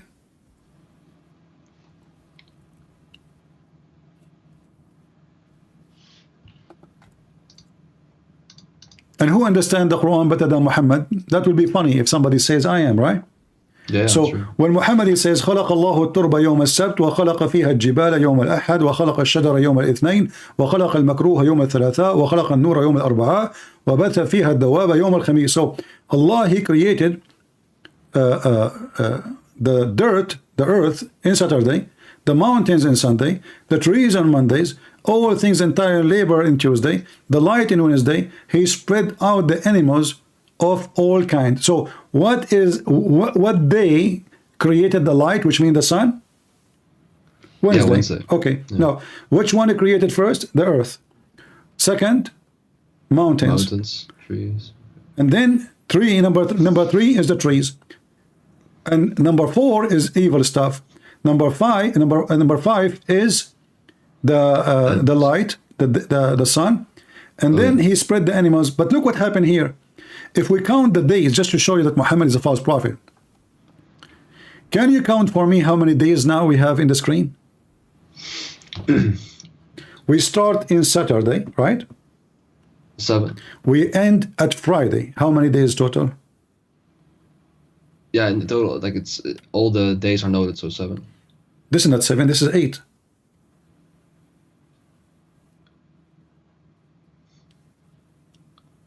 It started on Saturday and he Okay, ends on I Friday. will tell you what I mean afternoon. by 8. 7 days is total of a creation, and then Allah, he went up to heaven to rest, right? Yeah. Okay, but isn't it the Quran keeps saying that Allah created the earth and the heaven in 6 days? Yeah. Okay, but here we have 7 days. He started working in the earth in Saturday. He finished full day, and this is afternoon and the night, which means it is the day number 8. Because in Islam, the same as in Judaism, the day is over by the sunset. This is a new day, correct? Yeah. Yeah. Yeah. So 7 days and broke, which means enter into the number the 8. But isn't it the Quran keeps saying Allah created the earth and the heaven in 6 days? Yeah. Okay, so how Muhammad is a prophet, but yet he is adding days as he wish? I have no idea. I'll check it out later. No, I have an idea. I have an idea, my friend. I have an idea. He's a fraud. He's a liar. A person, he's a prophet. He will not make such a mistake because he is inspired by God. You see, if I am speaking of my own, I can make mistakes. If I am speaking in the name of God, for God, by God, then mistakes cannot happen. So when the Quran says Allah created the earth and the heaven in 6 days, and repeated in many verses in the Quran, and then he set himself upon the throne, and the hadith says there are 7 because the last day afternoon Allah created Adam, Friday afternoon. Yeah. How come neither the Muslim neither Muhammad noticed that this is not 6 days? I have no idea. I have no idea. Because simply who dare to question Muhammad? I'm sure there's many they notice, but who dare to open his mouth? He will be dead in 2 seconds. He's a terrorist. So after I show you all of this, still you think really the Quran is a book from God and Muhammad is a prophet? It's hard for me to say no. Like I know what you're saying. I will look at it later. But It's up to you. You know, you see, I don't see. I don't want to be rude with you, but you are saying to me you will look, but we were not looking now. What we were doing? yeah, we were. No, I mean just to see another perspective. I mean, What perspective? only- Do you have 2 brains? no, I don't mean that. Like, but like from my understanding at least, like I've read some parts of the Bible that just to compare it. And what I know, My friend, is that the Quran is nothing to do with the Bible and have nothing to do with the Bible. This is not a spiritual book, as you see. This is 1, 2, 3, 4. You know, Allah created this and then and this. This is not like a metaphorical and maybe he meant something, maybe he's no, it is says it clearly, and after that and before that. So it is about the stages, and the stages are absolutely contradiction, and the Quran said it clearly. If this is a book made by other than Allah, you will find in it a lot of contradiction. Yeah, that's true. Okay, so if Allah himself, Aka Muhammad, said to you that this book, the way to know if it is from God or not, is contradiction, then, well, the contradiction is so clear. The whole Quran is contradiction.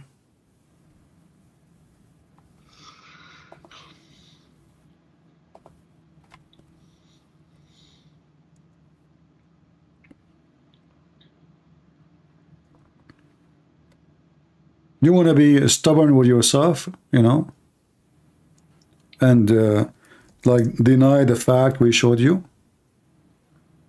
No, I don't deny it. The only thing is, I just want to, like, I cannot imagine that this is the only perspective on it. Like, otherwise, other My people friend, would have already you can caught something bring like this. all perspective, because changing perspective will not change what we showed you. This is Quran, and this is the words in front of you. So how anyone will try to make a different perspective? Okay, I will give you, I have an offer for you. Do you know any sheikh? He can join us right now? No, I have no idea. No. Why you don't know any sheikh? You're a Muslim. I was raised in a secular Muslim household. All But right. It's not that I'm not that active that I have frequent conversation with But a I don't sheikh. know where you live. I'm not going to ask you where. Can you call any sheikh you wish right now over the phone and tell him, hey, you can call him in private, like nobody is hearing you.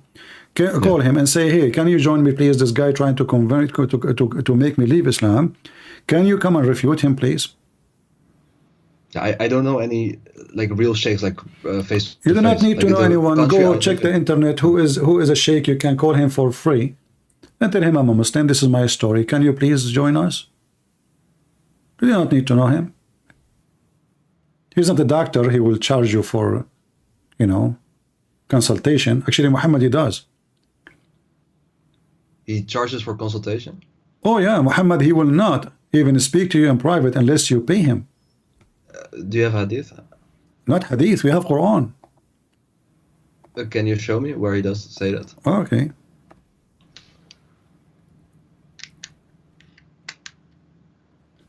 Here we go. If you want to speak to the Prophet,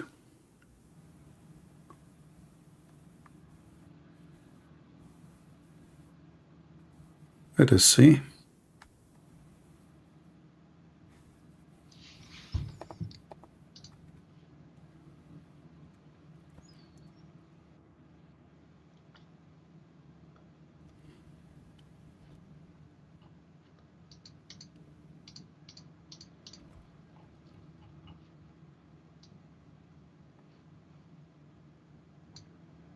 Read with me this verse. Let us show you this verse. This one will be good. By the way, did you pay me anything to talk to me? No, No, I'm just asking, you know, in case. no. All right. I What do you only see think? the What do you Arabic, think about a person claim he is serving God, but he will not talk to you unless you pay him? Would be really weird. What if I say now to people who they are listening to me, listen, if you want to go to heaven, pay me. What do you think about that? Ridiculous. Well, this is what your prophet did. Chapter 9, verse 103. Take sadaqah, alms from their wealth. 103. Higher, yeah, think so. Okay. So when you take sadaqah from them, you give it to Muhammad. Okay.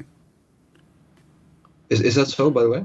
Huh? Directly to him? Like, I thought it in general, like it's just a central place, and then it gets given to the poor people. Muhammad is a man, you know, there's no state yet, you know, there's no state. He's just a man like me, you know. I'm talking, he's trying to collect believers.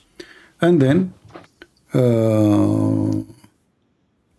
there's some they accept, there's some they don't believe, but he's saying to them clearly, you know, if you pay me, that will purify you. So do you believe if somebody gave money to someone claimed to be a prophet, that is a reason to purify you, which means it will delete your sin?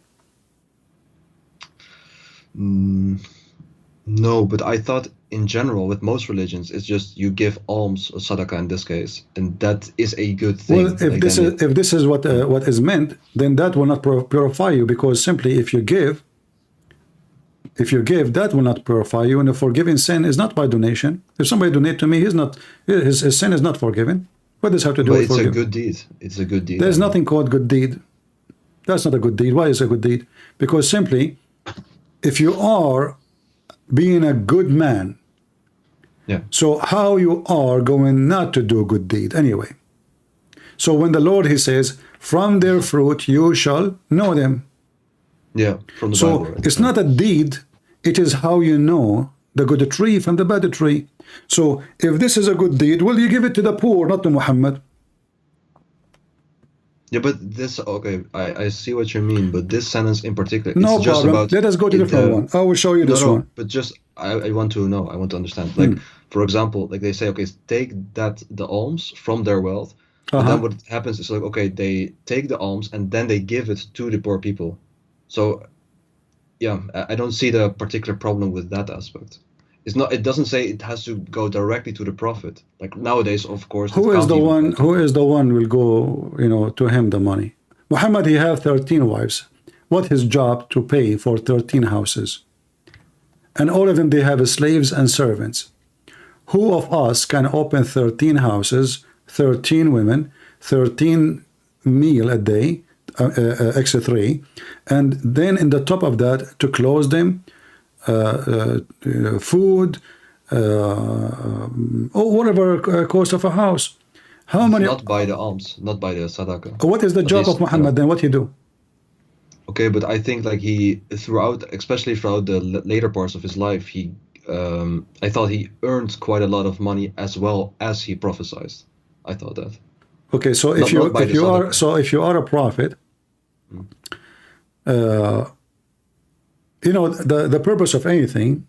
There's a purpose, right? If I give money, there's a purpose, right?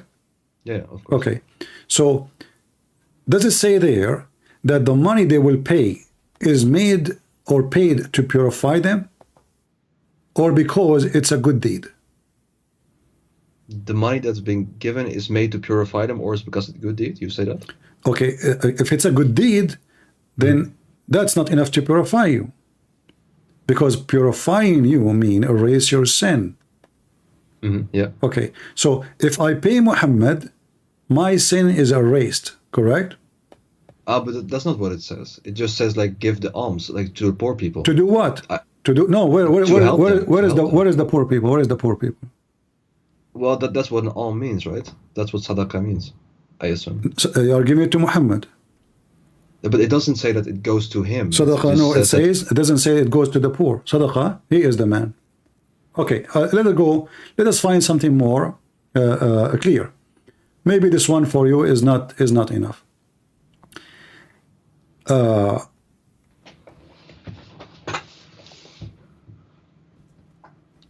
I mentioned to you that Muhammad will not talk to anyone unless he pay him. Yeah, you said that. Yeah. And then you showed this. Can you open chapter 58, verse number 12? Yeah.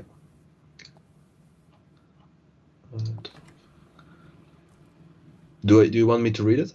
Go ahead. Out loud? Okay. O believers, when you consult the messenger privately, give something in charity before your consultation. That is better and purer for you. But if you lack the means, then Allah is truly all-forgiving, most merciful. What is this? Okay. Why, if somebody want to talk to Muhammad, you have to pay Muhammad?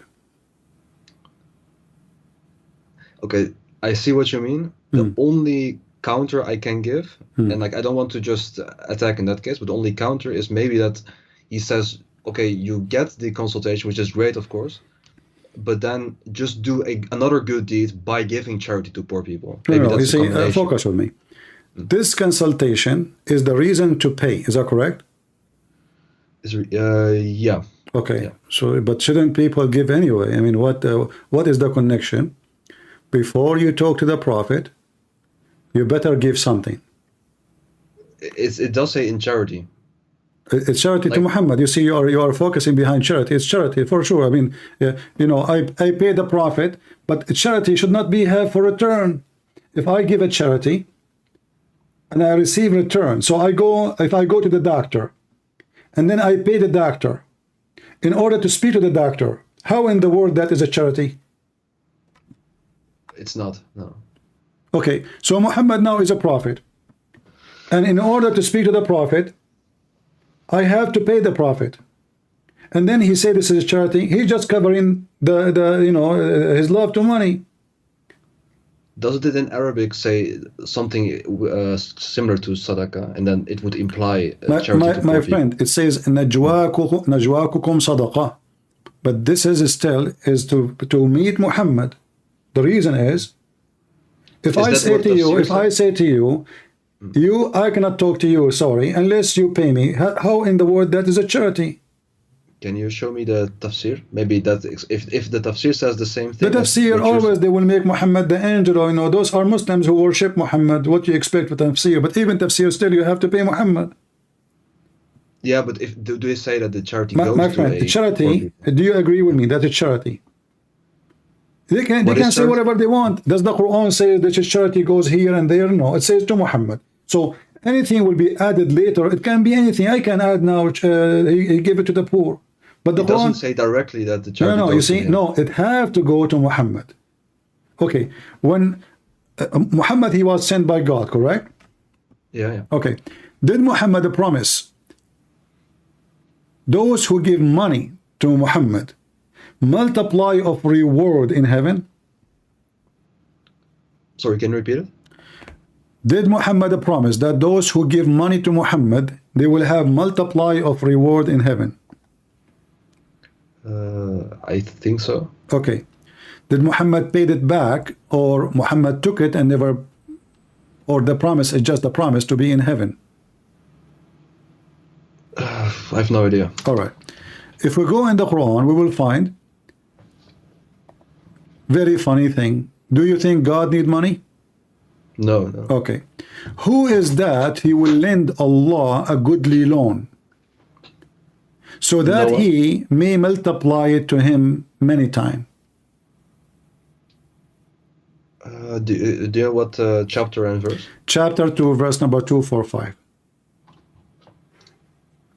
Okay. 245. So that he may multiply it. Goodly loan. You know, there's a goodly loan and bad loan. No, but maybe there's meant something else instead of this literal thing. Like that's Loan why is a I have loan. no idea, but it doesn't So make what sense. is the with purpose literal. of this loan, and why Allah will multiply to you your loan? Maybe it's something different than a loan that what we know in the financial No, world. it's about money. You can open the interpretation, no problem. Anything I say to you, by the way, take your time and it's money. It's money. Who is the one who will lend Allah a goodly loan? Can't Allah support Muhammad with all the gold and the silver in the world? If he wanted to, yeah. So He could. why he could supply it. Allah begging for money? Yeah, but that's an interpretation. I know what you like. It, Not it does interpretation. look It like says this. that. I mean, what interpretation? I'm reading in Arabic, in English, whatever you want. من ذا الذي يقرض الله قرضا حسنا فيضاعفه. Do you Muslims believe that interest is haram? Yeah, it is. But isn't it this is interest? Yeah, but if it's the similar loan as we know it in the financial world, then yeah. It's money. It's money. It's not anything else. It's money. It's just money. Yeah. But what I mean to say, like, can we open tafsir for this ayat? Okay, we will go to the tafsir, chapter 2, verse number 245. All right.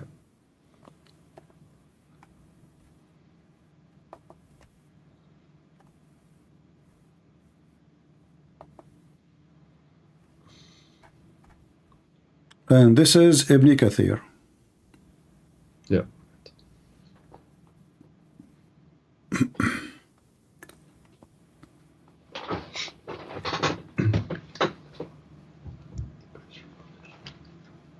Here we go. This is Ibn Kathir. Yeah. In this ayah, Allah encouraged His servants to spend in His cause. Allah mentioned this same ayah in several other parts of his glorious Quran. And the hadith mentioned, وَمَنْ يُقْرِضُ غَيْرَ عَدِيمٍ وَلَا ظَلُومٍ. Who would give the loan, he would be neither poor nor unjust. Okay. And then he says, فَيُضَاعِفُهُ لَهُ أَضْعَافًا كَثِيرًا. Then he will multiply for him many times. Okay, so now it's the same. You give money, Allah will give it, multiply for you many times.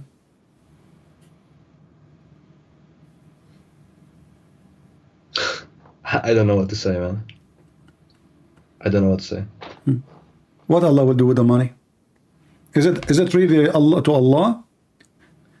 So if Allah is God, He can make the earth like, okay, I will go with you. Muhammad and the Muslim prophets, all of them, they have the same God, correct? Yeah. Okay.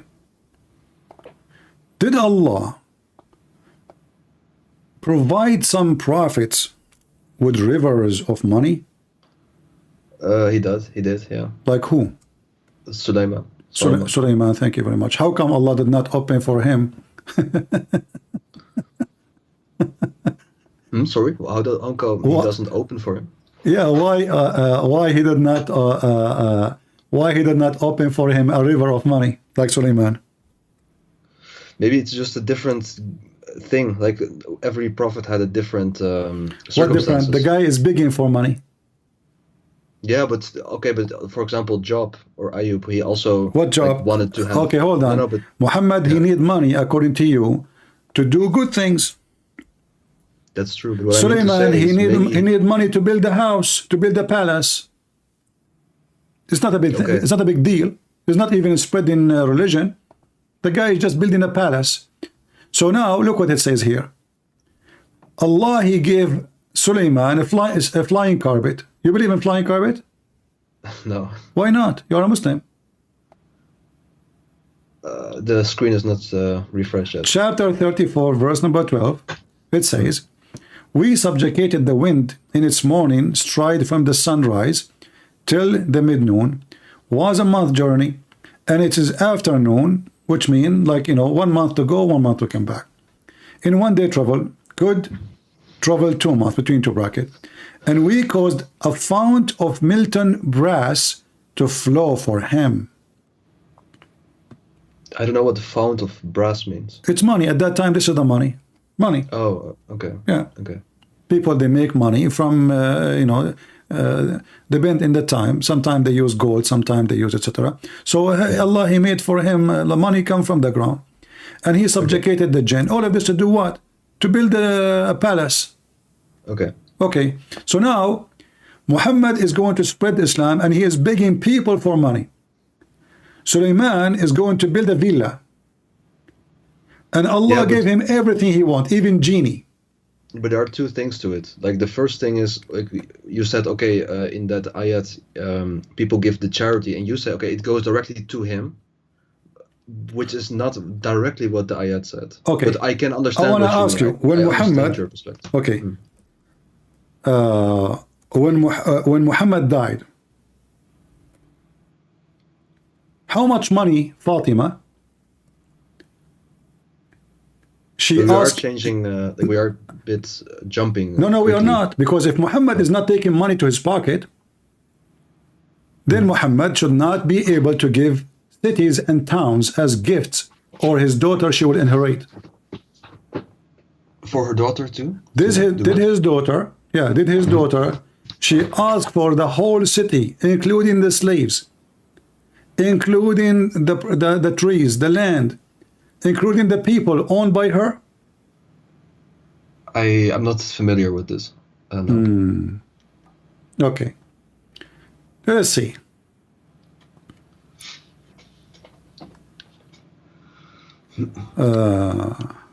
But does this have to do with the same as the previous? Well, I mean, this guy Muhammad, he was orphan. He have no money.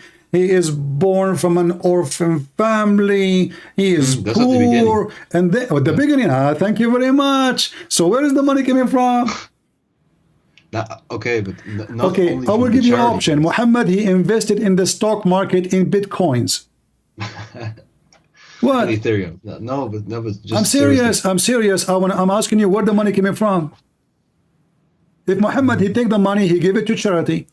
I do know, like, because of one of your videos, you showed in the hadith that it was from war bounties as well later in life. Like Is with what? a fifth of the war bounty. Like I know that thing. for Exactly. example. So Yeah. Muhammad, he take money everywhere he go, and he have a privilege of money. But what I meant to say was the charity part, like that. My friend, how you have a privilege if you are a person who lived from the charity? If I am like you, all of us, we collect charity, and this charity for everybody. Then why I need to have the fifth of the booty, special only for me? Yeah, I see your point. I see your point. All right. And It is a how lot, and how his daughter, she is asking for the whole city to be part of her inheritance. And then Umar al-Khattab, because he hate her, he refused to give it to her.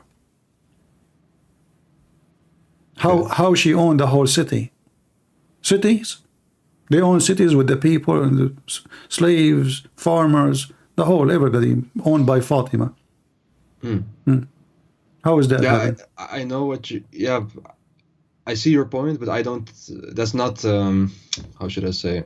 Like kind of similar with like Suleiman. Okay, no, hold on. You see, Suleiman's story is a stupid story. Who in the world will believe in this? Suleiman was a king, and he's doing But what kings Christians do. also believe in it, right? Hold on. With Solomon. No, we believe Suleiman exists for sure. But this guy, he have a wealth of a king because he's a king, not because he's a good man and he's a prophet of God. Same time, the Bible says Suleiman was a bad person. He did a lot of bad things. So, in the Quran, Suleiman got rich because Allah provided him with the floating metals come from the ground. In the Quran, Muhammad, he got rich from the booty and from the charity. And Muhammad have a privilege, the fifth. So now if we go and we have a war, and then we steal $10,000 from the Christians. We kill the Christians, we get $10,000. And there's 10,000 soldiers. Muhammad alone, he will take 1/5 to him, 1/5 to Allah. Both will go to Muhammad. Then the 10,000 soldiers. To Allah? What do you mean? It says Al-Khumsu lillahi wa rasulihi. You see, Muhammad, he made himself equal to Allah. It is the fifth to Muhammad and Allah. Is that correct? I don't see it on the screen. Do you show that? But you know The hadith. I've seen it, but I didn't know that it was also a fifth for God. I thought it was only a fifth for him. All right. Well, you can understand it as you wish. You can say it is only for Muhammad. You can say it's a fifth to Muhammad, fifth to Allah. If it is fifth to Muhammad, that means Muhammad, he made himself Allah. I see what you mean. Yeah, I see what you mean. But yeah. Okay. Read carefully here. This is a Muslim translation. And you know that whatever of war booty you may gain, verily 1/5 of it is assigned to Allah and to the messenger. Do Allah need fifth of the booty? No, the only thing what I could say is that, okay. Okay, who is the one who will take the fifth of Allah? Then the messenger, indeed. Okay, so now Muhammad, if he take 1/5 from 10,000, how many dollars that will be? Yeah, 2K.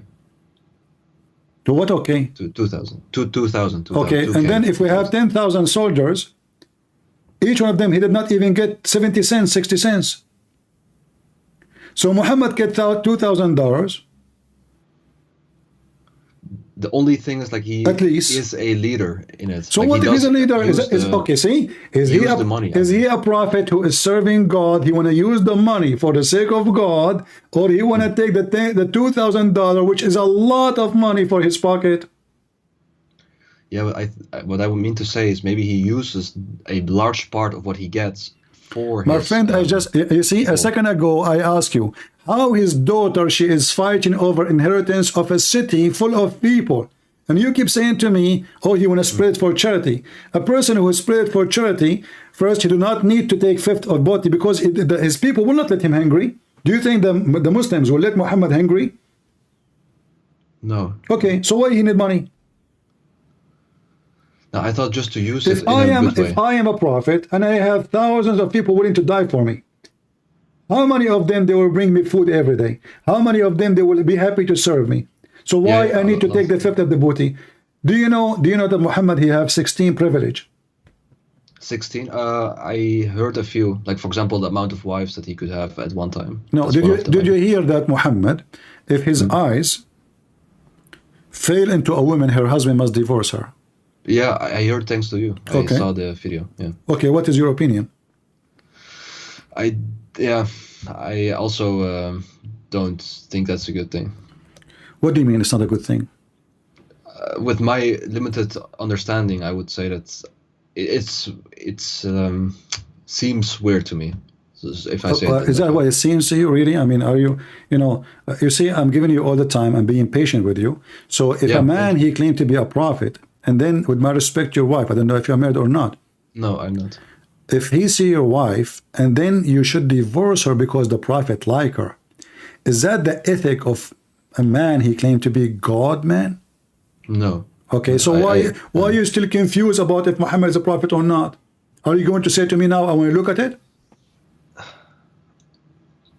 It's hard to just make a statement, like It's not a statement. It's not a statement. Did I show you anything without proof? No. Okay. This is Muhammad, and this is the official government website of the Kingdom of Jordan. I can show it to you from Saudi Arabia, it doesn't matter. And this is the book of Al-Qurtubi. And here it says, if the prophet, his eyes fall into a woman, her husband must divorce her. He have 16 privilege. More than 80% of them is about money and sex. What the privilege is about. And not to make it more even disgusting, read with me. Number 10th, if he see a woman, her husband must divorce her. He must divorce her. This is Google translation. In Arabic, it says, إذا وقع نظره على امرأة وجب على زوجها طلاقها. If his eyes fall into a woman, her husband must divorce her so the prophet can F her. I see. Yeah. What do you see?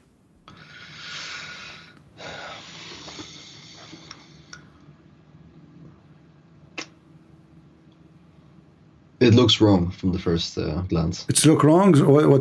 This is very disgusting. Obviously, this is a fraud. All cult leaders, they share the same thing. They want your money. They want sex. They want control and power and politics. All of them the same.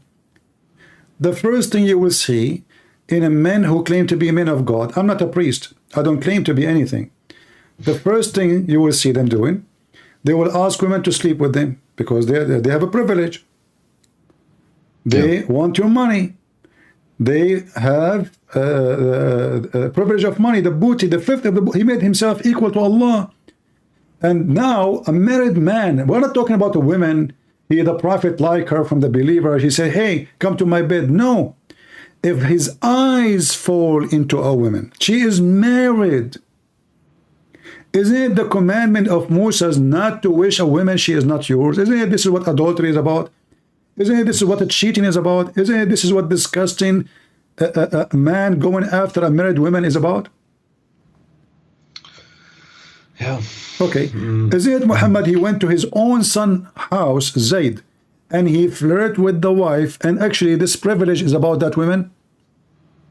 Yeah. Okay. So Muhammad, he went to his son, and he saw the women alone at home, and he flirted with the wife when the husband is not there. If I come to your house, my friend, with my respect to your family, and because you are my friend, your wife, which you don't have, she opened the door for me. He said, hey, Christian Prince, welcome. My husband, he trusts you. You are his friend. And then after I enter inside your house, I started flirting with your wife. What you will do to me?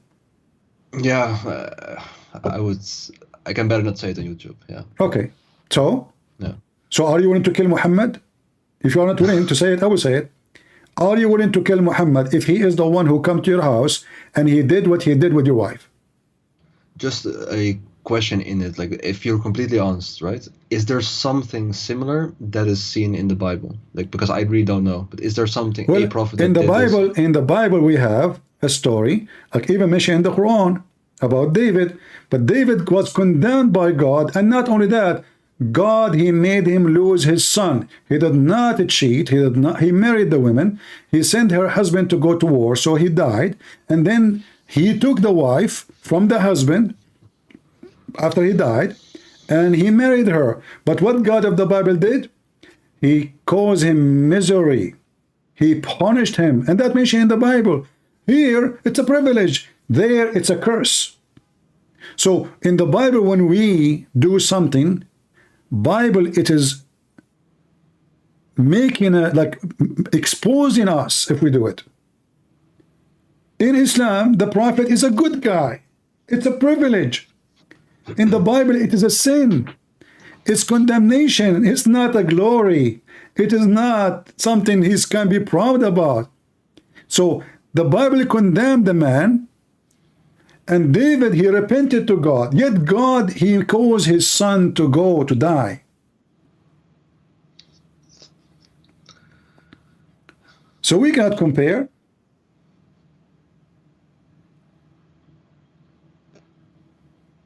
What do Muslim scholars say on this? They say what I Because say. it They sounds say he really- went. it sounds crazy. They said he went to his own son. I can show you the story, and it says, you know, when he saw her, he says, "Subhanallah, mu'alliful qulub, praise be to Allah who made my heart flip for you." But, okay, but what, according to the scholar, what's a good thing about this? Yeah, What's this the is a positive? scholar. Those are scholars, my friend. This is Al-Qurtubi. It says a privilege. They are saying this is a privilege. Why? It's a privilege because he's a prophet. He can do that.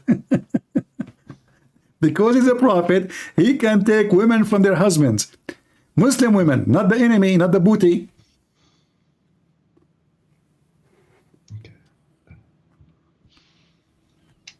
Aren't you going to leave Islam today, my friend? Still you want to say to me, I want to look at it? Mistakes in the Quran, contradiction in the Quran, the sperm coming from the backbone, and the ribs of the women. Who is the crazy man when I say that?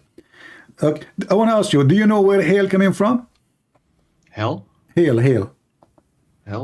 Where it comes from? Not hell, not hell, hail. Like the Hail. ice. Oh, just like the snowstorm kind of thing, right? Yeah. mean that? Yeah, the ice, like the ice rain. Yeah. Where is coming from? It's just what's the English word? From the clouds, so to say. So I don't know how to explain. Like it gets formed in the clouds. I heard that hail is coming from mountains in the sky where Allah, he break it and he throw it at us. Yeah, if you can show me. You know, I show you what? I'm just fabricating a story now. Okay. So what do you think if I say that? Is that like a good thing or? I don't think so. No. So you think it's a bad thing, a stupid thing, a smart thing? Give me a title. Describe me. Do I look stupid for you if I say so? Yeah. Okay, thank you. I appreciate your honesty. I hope now you will not change your mind after 2 seconds. This is what the Quran says. Allah, look at what the Muslims they do to fix it. They say he sent he sent from the sky hail like mountains. When in the Quran it says من السماء من جبال فيها. He sent down from the sky from mountains in it. From where? From mountains. So the God of Muhammad, he think that there's a flying mountains like the movie Avatar, and he break ice and he send it on us.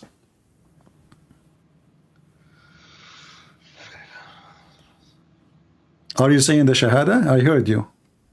Oh, no. I said just in Dutch, like, let me see. I just said that. Oh, okay. No, not the Shahada, no.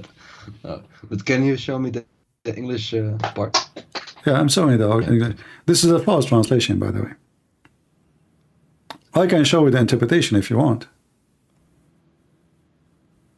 Yeah, please. Okay.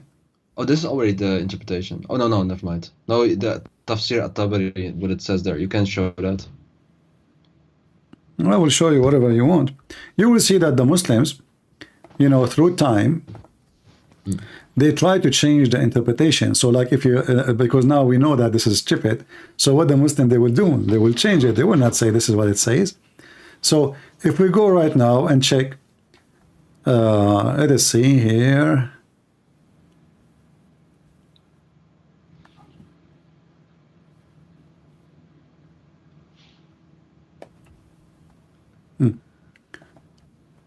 Let us show you this. And then we will show you another one. Okay, you know what? Let me, because this is in Arabic, I will use Google. Let me use Ibn Kathir in English. Is that better? Yeah, that's so good. All right.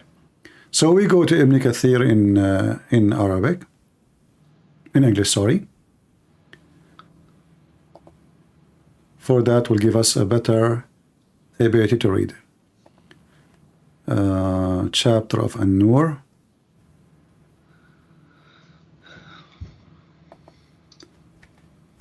Verse number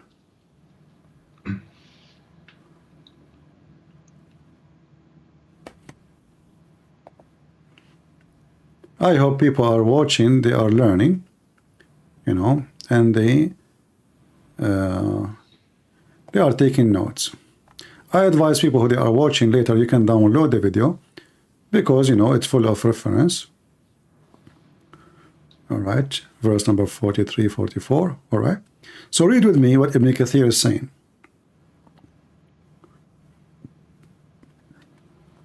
And that will expose the false translation they are showing us in the Muslim translation. وَيُنْزِلُ مِنَ السَّمَاءِ مِنْ جِبَالٍ فِيهَا مِنْ بَرَدٍ. And then he says, means that there are mountains of hail in the sky from which Allah sent down ice. Do you see it? Send down ice? Yeah. And then he say, look what Ibn Kathir is saying, because some they try to fix it. He said, as for those who say mountain here used as a metaphor of a cloud, they think that the second min is also to describe place which is the ice coming, and thus it's so he's refuting them, you know. But the Arabic is so clear. Allah sent mountains. Allah sent from mountains from heaven. We can go to different interpretation. Chapter 24. Yeah, but it wouldn't make like the thing if you take it literal. My friend, there's no other. The Quran. I mean, you know, I find it very funny. It says talking about something physical. It's not about spiritual, like somebody touch your heart. It's talking about rain and ice. And so what metaphor? Okay, what is the metaphorical of ice coming from mountains? Go ahead, give me. I have no idea, man. Okay, so this is, you know, got me. Okay, so he sent down from the heaven mountain where is hail. Do you see it? Yeah. Let me see.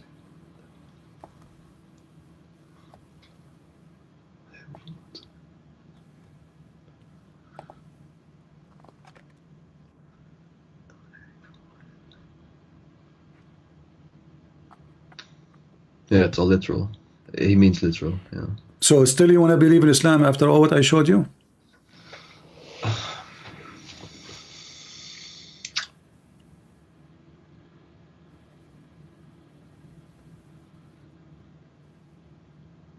If you say that still you want to believe in Islam after all what I showed you, I will ask Allah to send a mountain of hail in the top of your head.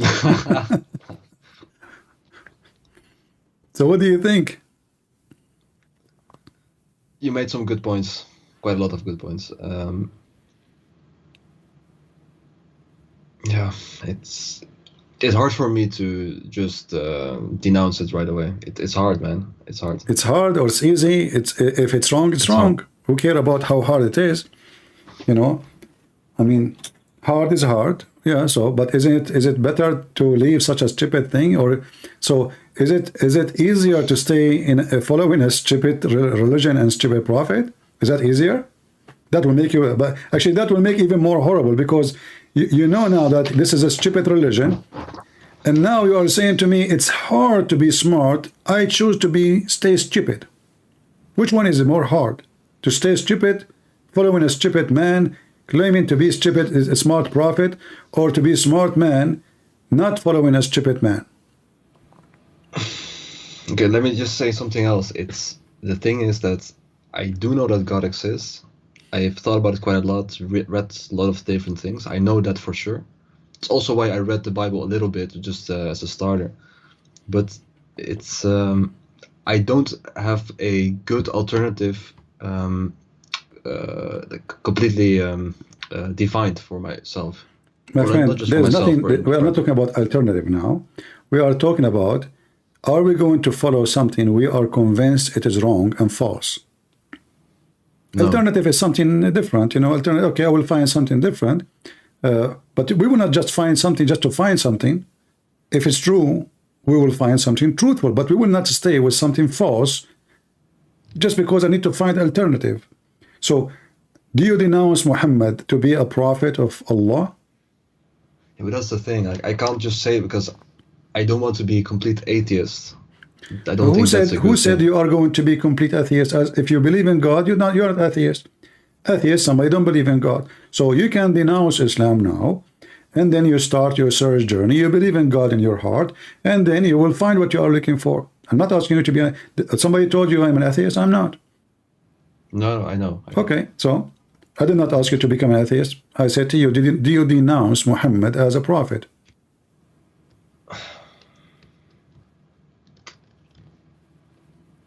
With the information that you give, I have to. Thank you very much. I'm so happy for you. And as long now you are not a Muslim, you are an ex-Muslim, I'm so happy for you. Let me invite you to believe in the Messiah, our Lord and our Savior. I don't want you to be an atheist, and you should not be an atheist.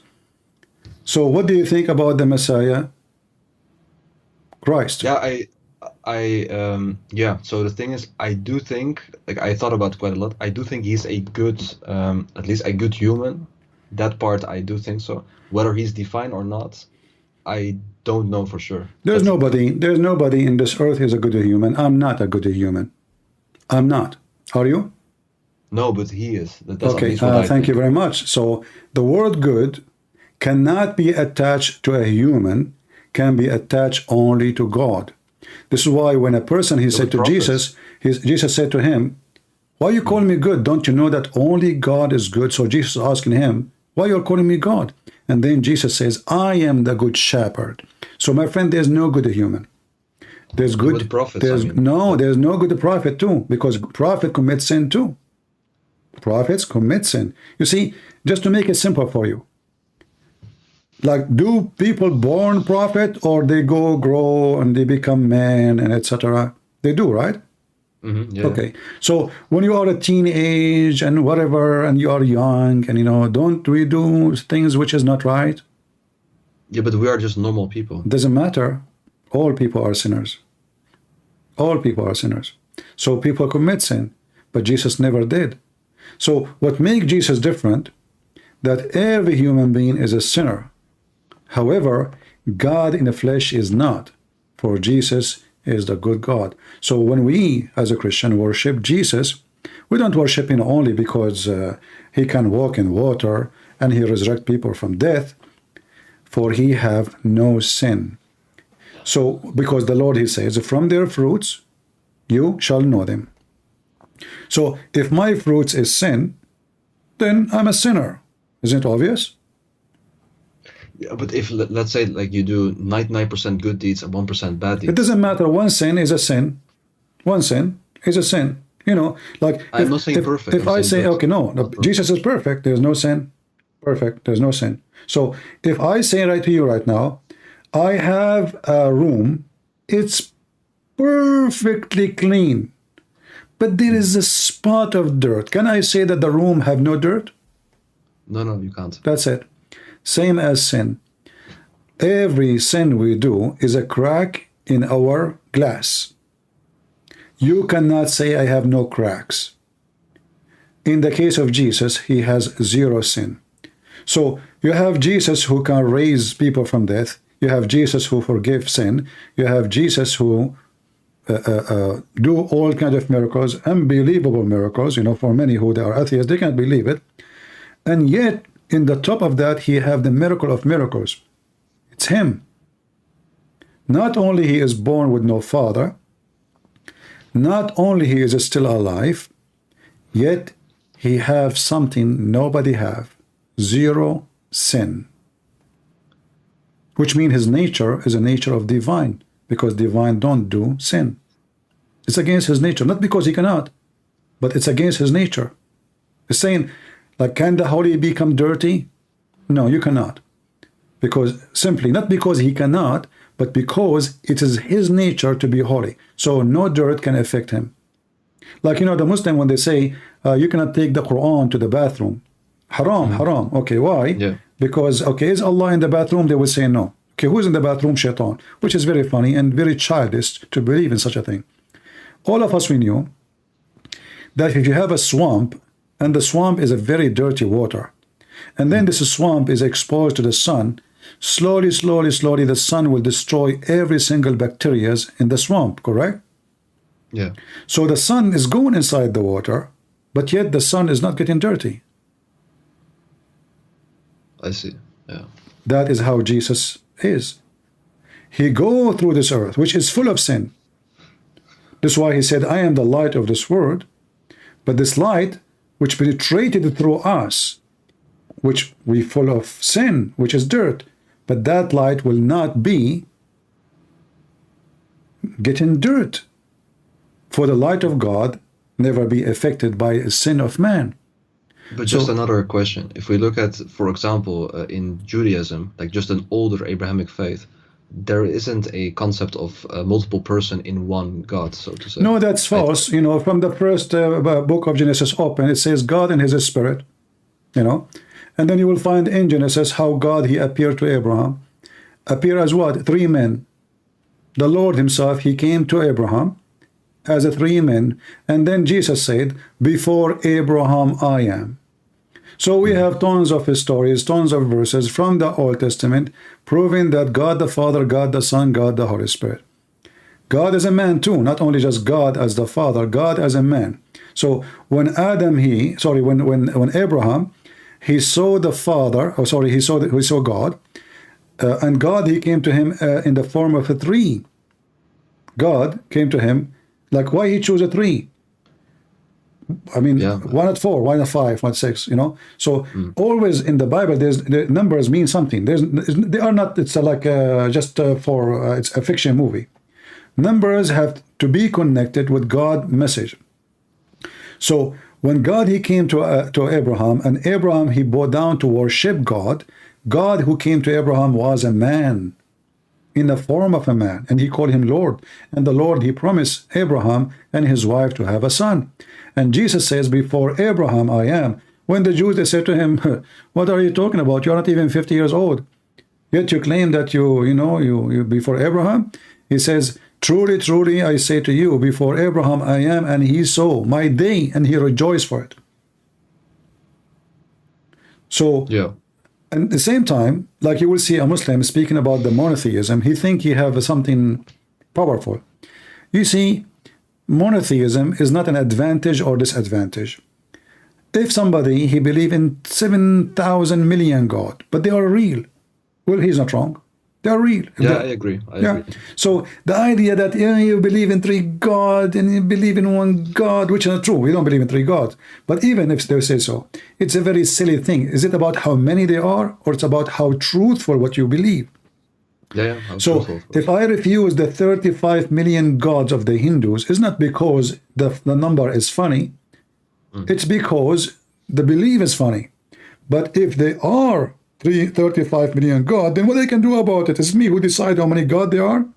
So if the God of Muslim, he says, I am 5 gods, can the Muslim laugh at it? No. Suddenly the monotheism, there will not be monotheism. Just because Muhammad says so, they follow. So it's not about how many, It's about who is your God. The ethic of Islam is down zero. The logic of Islam is so stupid. Like, what is the logic? If I believe in God, this God will make my penis English. It's even silly and stupid.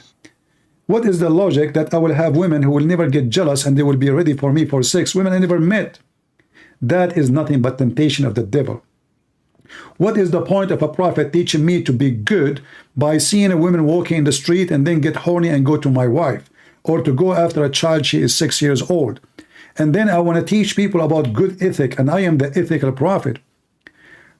If I want to see what ethic is, I will never find someone can do as Jesus did. He is not only a person of ethic, he is ethic. For I believe all ethic is coming from him. And if we have a simple dignity, any dignity, it's coming from him. It's a gift from him. Otherwise, a human being, if he decides to live an animal, he will have sex with his mother, he will have sex with his daughter, he will have sex with everybody, and he will have zero ethic. If I want to live as an animal, as an atheist, I believe in nothing except what I can get, then I can kill somebody and I will never feel guilt. I will never feel bad. Islam justifies bad things. He justifies killing, justifies rape, justifies stealing, justifies cheating, justify lying. So what is the good ethic of Islam? In Christianity, you cannot justify any. You cannot justify it. I see. Yeah. Yeah. So just yeah. just another question for it. Like, the thing is, that's always what I found hard. Not only with like one or other religion, but all religion in general. Like, with every religion, you have people that try very hard and they think they're doing it good, right? Like, also you have lots of Muslims, they think they're doing it good. They try and they think are on the right path. But I don't understand, like, how does then God not change them to become, for example, a Christian? Well, you see, in order to God don't change you, you change yourself. So when I say, let us say, like now, you left Islam. Is it God who changed you, or you made the decision? Maybe both. No, I have to say it's you. I will tell you why. Because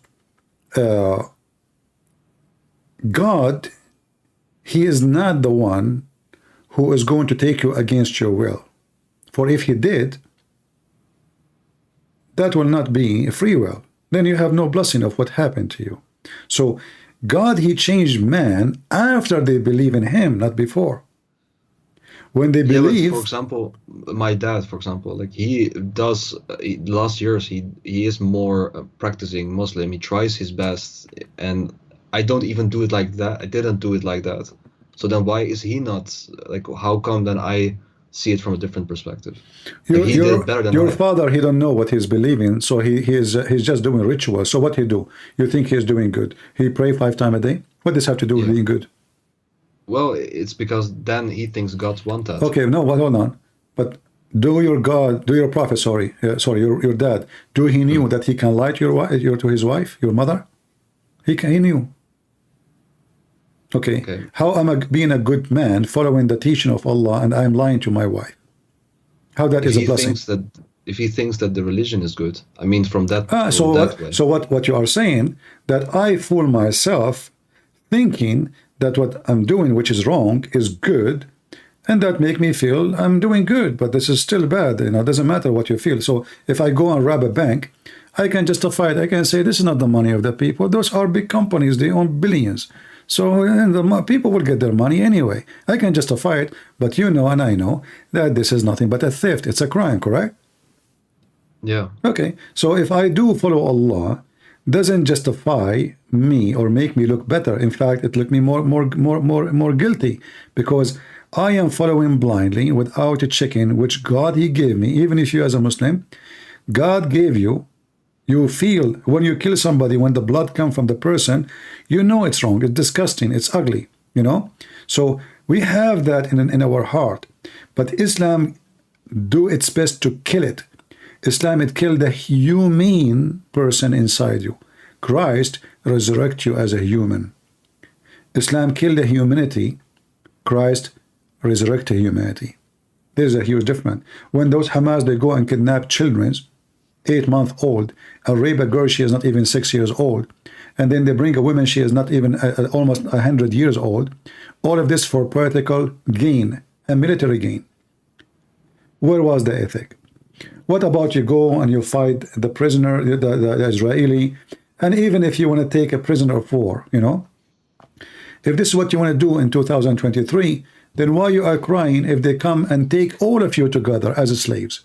If you do that, they can do that to you. If you go and rape women, they should come and go and rape women for you. So if Muslims believe in Islam, then they should believe that what we do to others is going to be done to us. Muslims are supremacists. They believe that they are superior and they have the right to rape everybody. You know the hadith where it says, Muhammad, he said, that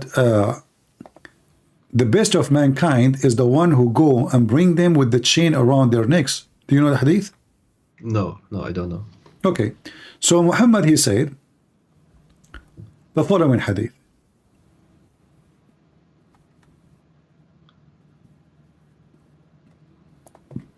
And this is al-Bukhari.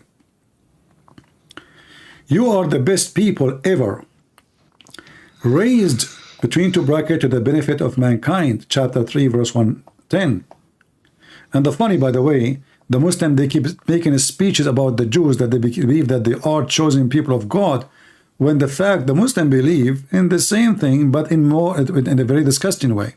So look, they are the best of mankind for the benefit of mankind. When you see the word benefit, you think, oh, that's a good benefit. Yeah. What is the benefit? To bring them with the chain around their necks until they embrace Islam. Do you see how Islam is a supreme, you know, it's like a KK, you know, a racist organization. Anyone is not from us. Does chain around their neck mean that you pull them to? Yeah, in slavery. Yeah, you drag them like dogs. Yeah, you bring them with humility, and then you will say to them, listen, we can, you know, it's better for you. We treat you better. They will not free you still, by the way. They will treat you better if you become a Muslim. Still, you will be my slave. Still, I will rape you. But you are, you know, convert to Islam. So they make you enter into humility stage. They take your land, they take your wife, they take your money, they take everything from you. And now they put a chain around your neck like a dog. And that is for the benefit of mankind. So I can say now, okay, we will go and invade the Muslims and put a chain around every neck. Everybody will say, hey, look what evil, how ugly he is. Free Palestine, you know. So what if the Jews now, they say, let us go. We are the best of mankind, and the best of mankind of us is the one who put a chain around the necks of every Palestinian and bring them here like slaves. How many people will go against Israel? Actually, already is against Israel, everybody, because they are stupid. Yeah. So, my friend, I invite you to believe in Jesus, and if you have a question, give it to me. Yeah, maybe just like a general question. I saw in one of your videos that you said that you don't believe in a denomination. You said you're just Christian. That's it, basically. Well, is that correct? Did Jesus create any denomination? No, but that's it. I believe in Jesus. No, denomination does not exist. This is the creation of a priest and men who they are fighting over politics. If you check the reason for all those things, you will find it's about politics. Kings and royals, and you know, this has nothing to do with Jesus. Anything involved money, politics, power is not from Christ. So people, the one who divide us, the Bible is making it clear. The vision is not from God. The vision is from the devil. So we as a Christians, we believe in Jesus, and Jesus is our savior, not a sect. We don't believe in sect. Who is going to save us? It's not being Catholic or Protestant or Orthodox. It's being follower of Christ, for he is the savior. Christian Prince cannot save you. I cannot even save myself. So who's going to save me? Jesus. It's not a bishop. It's not the Pope. It's not a Protestant. It's not Orthodox. Nobody can save you. Save one person. That is the Messiah. This is what Christianity is about. So to be Christian is to follow Jesus, the Christ. Everything created by him and for him. It's not a bishop. It's not a priest. All men are sinners, the Bible says. But All aren't the men. theologies slightly different? Like No, there's theology, slight it's not even important. If you check it out, you will find that they are very silly and they are debating about all things. It's so silly and so stupid. Like, should we say Hail Mary? Who cares if you say Hail Mary? Actually, it's in the Bible. The angel, they say to her, you know, blessed are you, Mary. So, you know, they try, you know, that's what the devil try to do. Try to divide us so we will not be united. And the division is about something really silly and stupid. Otherwise, all of those churches agree that the only Savior is the Messiah. Only. The only judge is the Messiah. The only one is coming back is the Messiah. The only one, by him, only the whole world will be saved is the Messiah. So what we are agreeing about, what we don't agree, we agree about the most important thing, which is the Savior. And we disagree about things I believe it is very silly and even very stupid. I see. Do you have general advice for someone who's either embracing Christianity or really close to it? Like to check. Don't follow a sect. Don't follow a sect. Okay. Follow Jesus, my friend. Okay. Don't say I'm a Protestant. Don't say I'm a Catholic. Don't say I'm Orthodox. Say I am a Christian. This is how the Bible calls us. We don't have other name. You follow Christ, you belong to him. You follow a priest, you belong to the priest.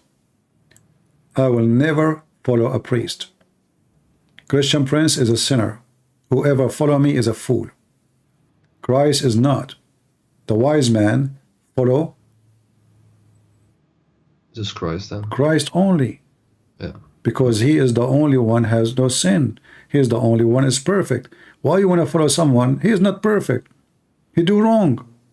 He confessed his sin. All of the Bible confirmed that all of us, we should confess our sin to each other. So if all of us we confess, which means even the disciple of Jesus, they confess their sin to each other.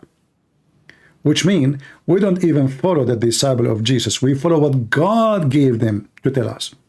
We follow what God said to them to tell us. We are not their followers. We have one master, that is the Messiah. And how do you do it with church, for example? Like, how do you decide what church you go to or not go to? I say, you know, through my experience, I have thousands and thousands of Muslims who left Islam talking to me. I always say to them, you go to a church, you see where you find yourself comfortable, beautiful, you know. You find that there is a spirit of God in that place, then that is the place.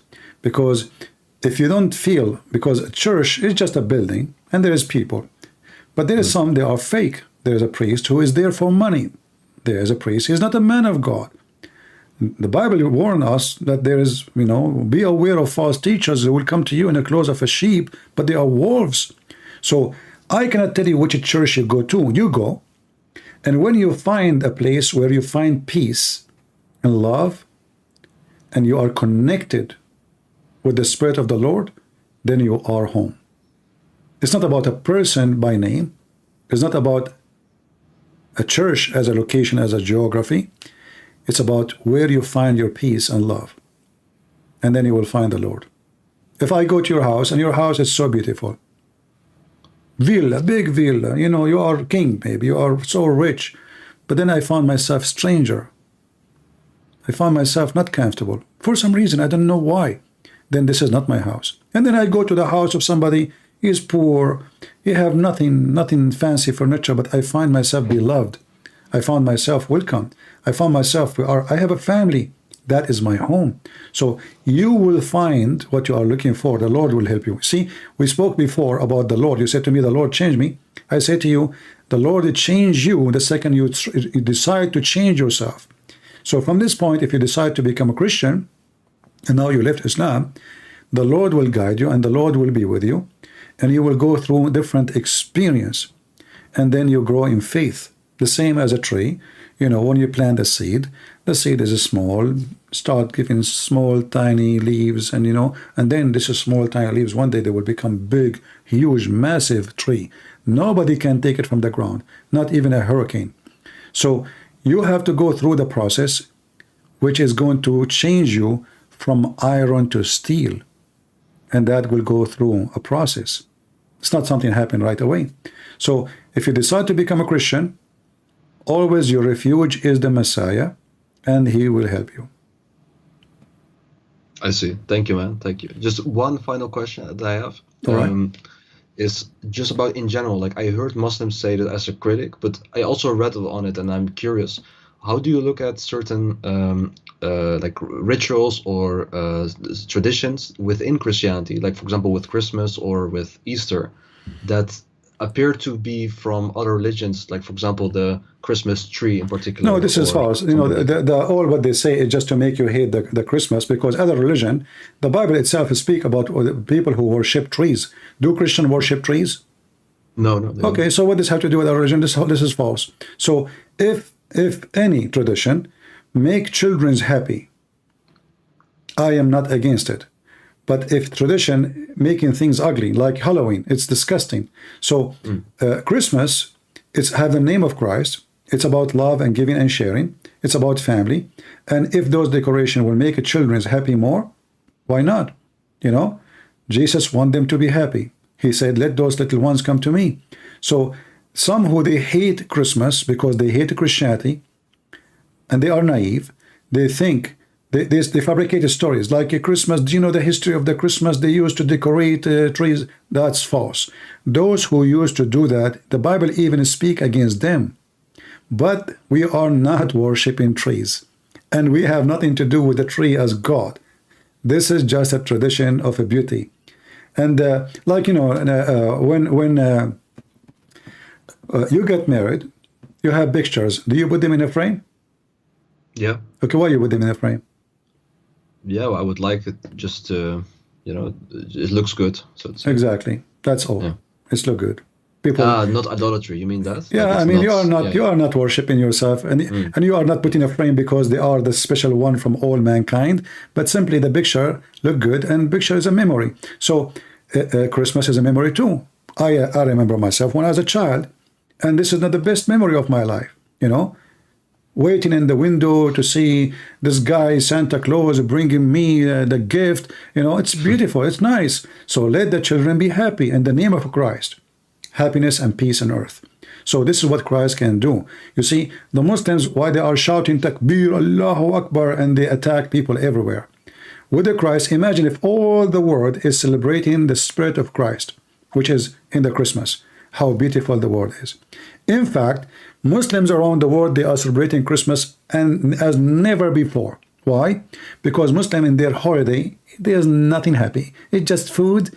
The girls are wearing a pant over pant over pant and hijab, and then when she go to the swing, the mama, she is watching because somebody will look at her panty, and you know they are not, you know, there's no childhood, you know, there's no childhood. In Christianity, we are experiencing love, not tradition. In Islam, they are experiencing nothing except hatred. Even the food they eat because of fear. So when a Muslim, he want to eat a food, he have a phobia from the food. Who cooked the food? Who brought the food? Where the food? Is it halal food? Even when they buy shoes, is it halal? Have you ever heard of halal shoes? Why you want to eat it? You know, I saw a sticker in a shoe, it says halal shoe. So Liri Dawa, he have halal cat food. Mental, you know, this is a, I'm not joking, you can search it right now, halal cat food. You did not see his videos? No, I've All seen his a few, video, but, he sell halal cat food. So they are obsessed with rituals and stupidity. Halal cat food, I mean, it's a cat. The cat eat mice, the cat eat fly, the cat eat cockroaches, and now you want to sell halal scam, you know? So if you are a fool, you are a fool. Everybody will fool you, you know? Like I have degree in law. It says that law does not protect the fools. You can't say he fooled me, you know? It doesn't protect you. You've been fooled because you're a fool. So they fool you by rituals, which they claim will make you a better person. Like, I go and kiss the black stone. What that will do to me? yeah, I have no idea. I spend couple of $1,000s. I live in Pakistan or Bangladesh. I spend all my life making money, saving money to save $5,000. That all my life saving, and then I go spend it in air ticket. Half of it will go to the government of Saudi Arabia. Visa. money, hotel, food, and then I have to buy them gift, and all of this to do what? To walk around a room and then kiss a black stone, and then I became a Hajji, and now Allah forgive my sin. Yeah. Allah will not forgive your sin unless you go around that room. That's it, you know. No. I mean, you have to go and kiss the black stone, which is in the shape of a vagina. So there is something is stupid, and it's obvious. You see, in a Christianity, this is why I say to you, it's not donation will purify you. It's not even a good deed will purify you. Because there's no good deed at the end of the day equal to your sin. Our sin is way far guilt more than any good deed we can do. So it's like saying, I do sin, and then I buy some detergent, and then I put myself in the laundry machine, and I will become so clean. That is a very silly idea, because sin is in your mind, is in your brain, is in your breathe, and things you do in life. You know, we walk in the street, we see things, we wish things, we get tempted, and we cannot really claim, nobody can claim that he is a person who can kill sin. In fact, what happens every day, that sin is killing us. That's why the Bible says the wage of sin is death. The Bible did not say the wage of sin is death unless you pay God. God, you cannot bribe God. You cannot. You can bribe a government officer. You can bribe a cheating man. But God, you cannot fool him by money, or, you know, hey, I made a donation. Hey, you know, my sin is forgiven. That doesn't work. So we are forgiven by the grace of God. But however, our good deeds as a Christian should come automatically. That's why Jesus said, from their fruit you shall know them. And the good fruit is not you even going in the street and say, hey, I want to give you donation, and shouting about it. The Lord, he mentioned that if you give it with the right hand, don't let the other hand know. And he warned us not to pray like Muslims who pray in the corners so they can receive the glory of everybody. So the Messiah, he says, when you pray, you go to your closet and you close your door. So you pray to your Father, to your Lord, in a private, between you and him. Nobody saw me praying. I pray, I don't pray, none of anybody's business. Muslims are a hypocrite religion. They even have a, like when I was a kid, I go to a house of a kid in my age, and his father sitting in the sofa, and he have little rock, and he keep hitting his face, his head, forehead with it. So what your father doing? This is funny, you know? Yeah. He says he is making dark spot. Why he's doing that? He said because people will think that he is praying all day long. Really? Oh yeah, this is why you see Hamas. Yeah, I'm serious. This is why you see Hamas. They have that dark spot in the top of their head, because this is supposedly showing that how many rak'ah, how many bone down. Ah, right. Yeah. I didn't know. Because the Quran says simatahum ala wujuhahum. You know, it's a hypocrite religion. So now every Muslim who want to have he want to prove himself that he is, you know, he's a believer. What they do? Let me show you this picture so you can understand what I'm talking about. Yeah. Look at this. I just see it in a few seconds. Satanic. I mean, this is satanic. This is Satan. I mean, what the heck is that?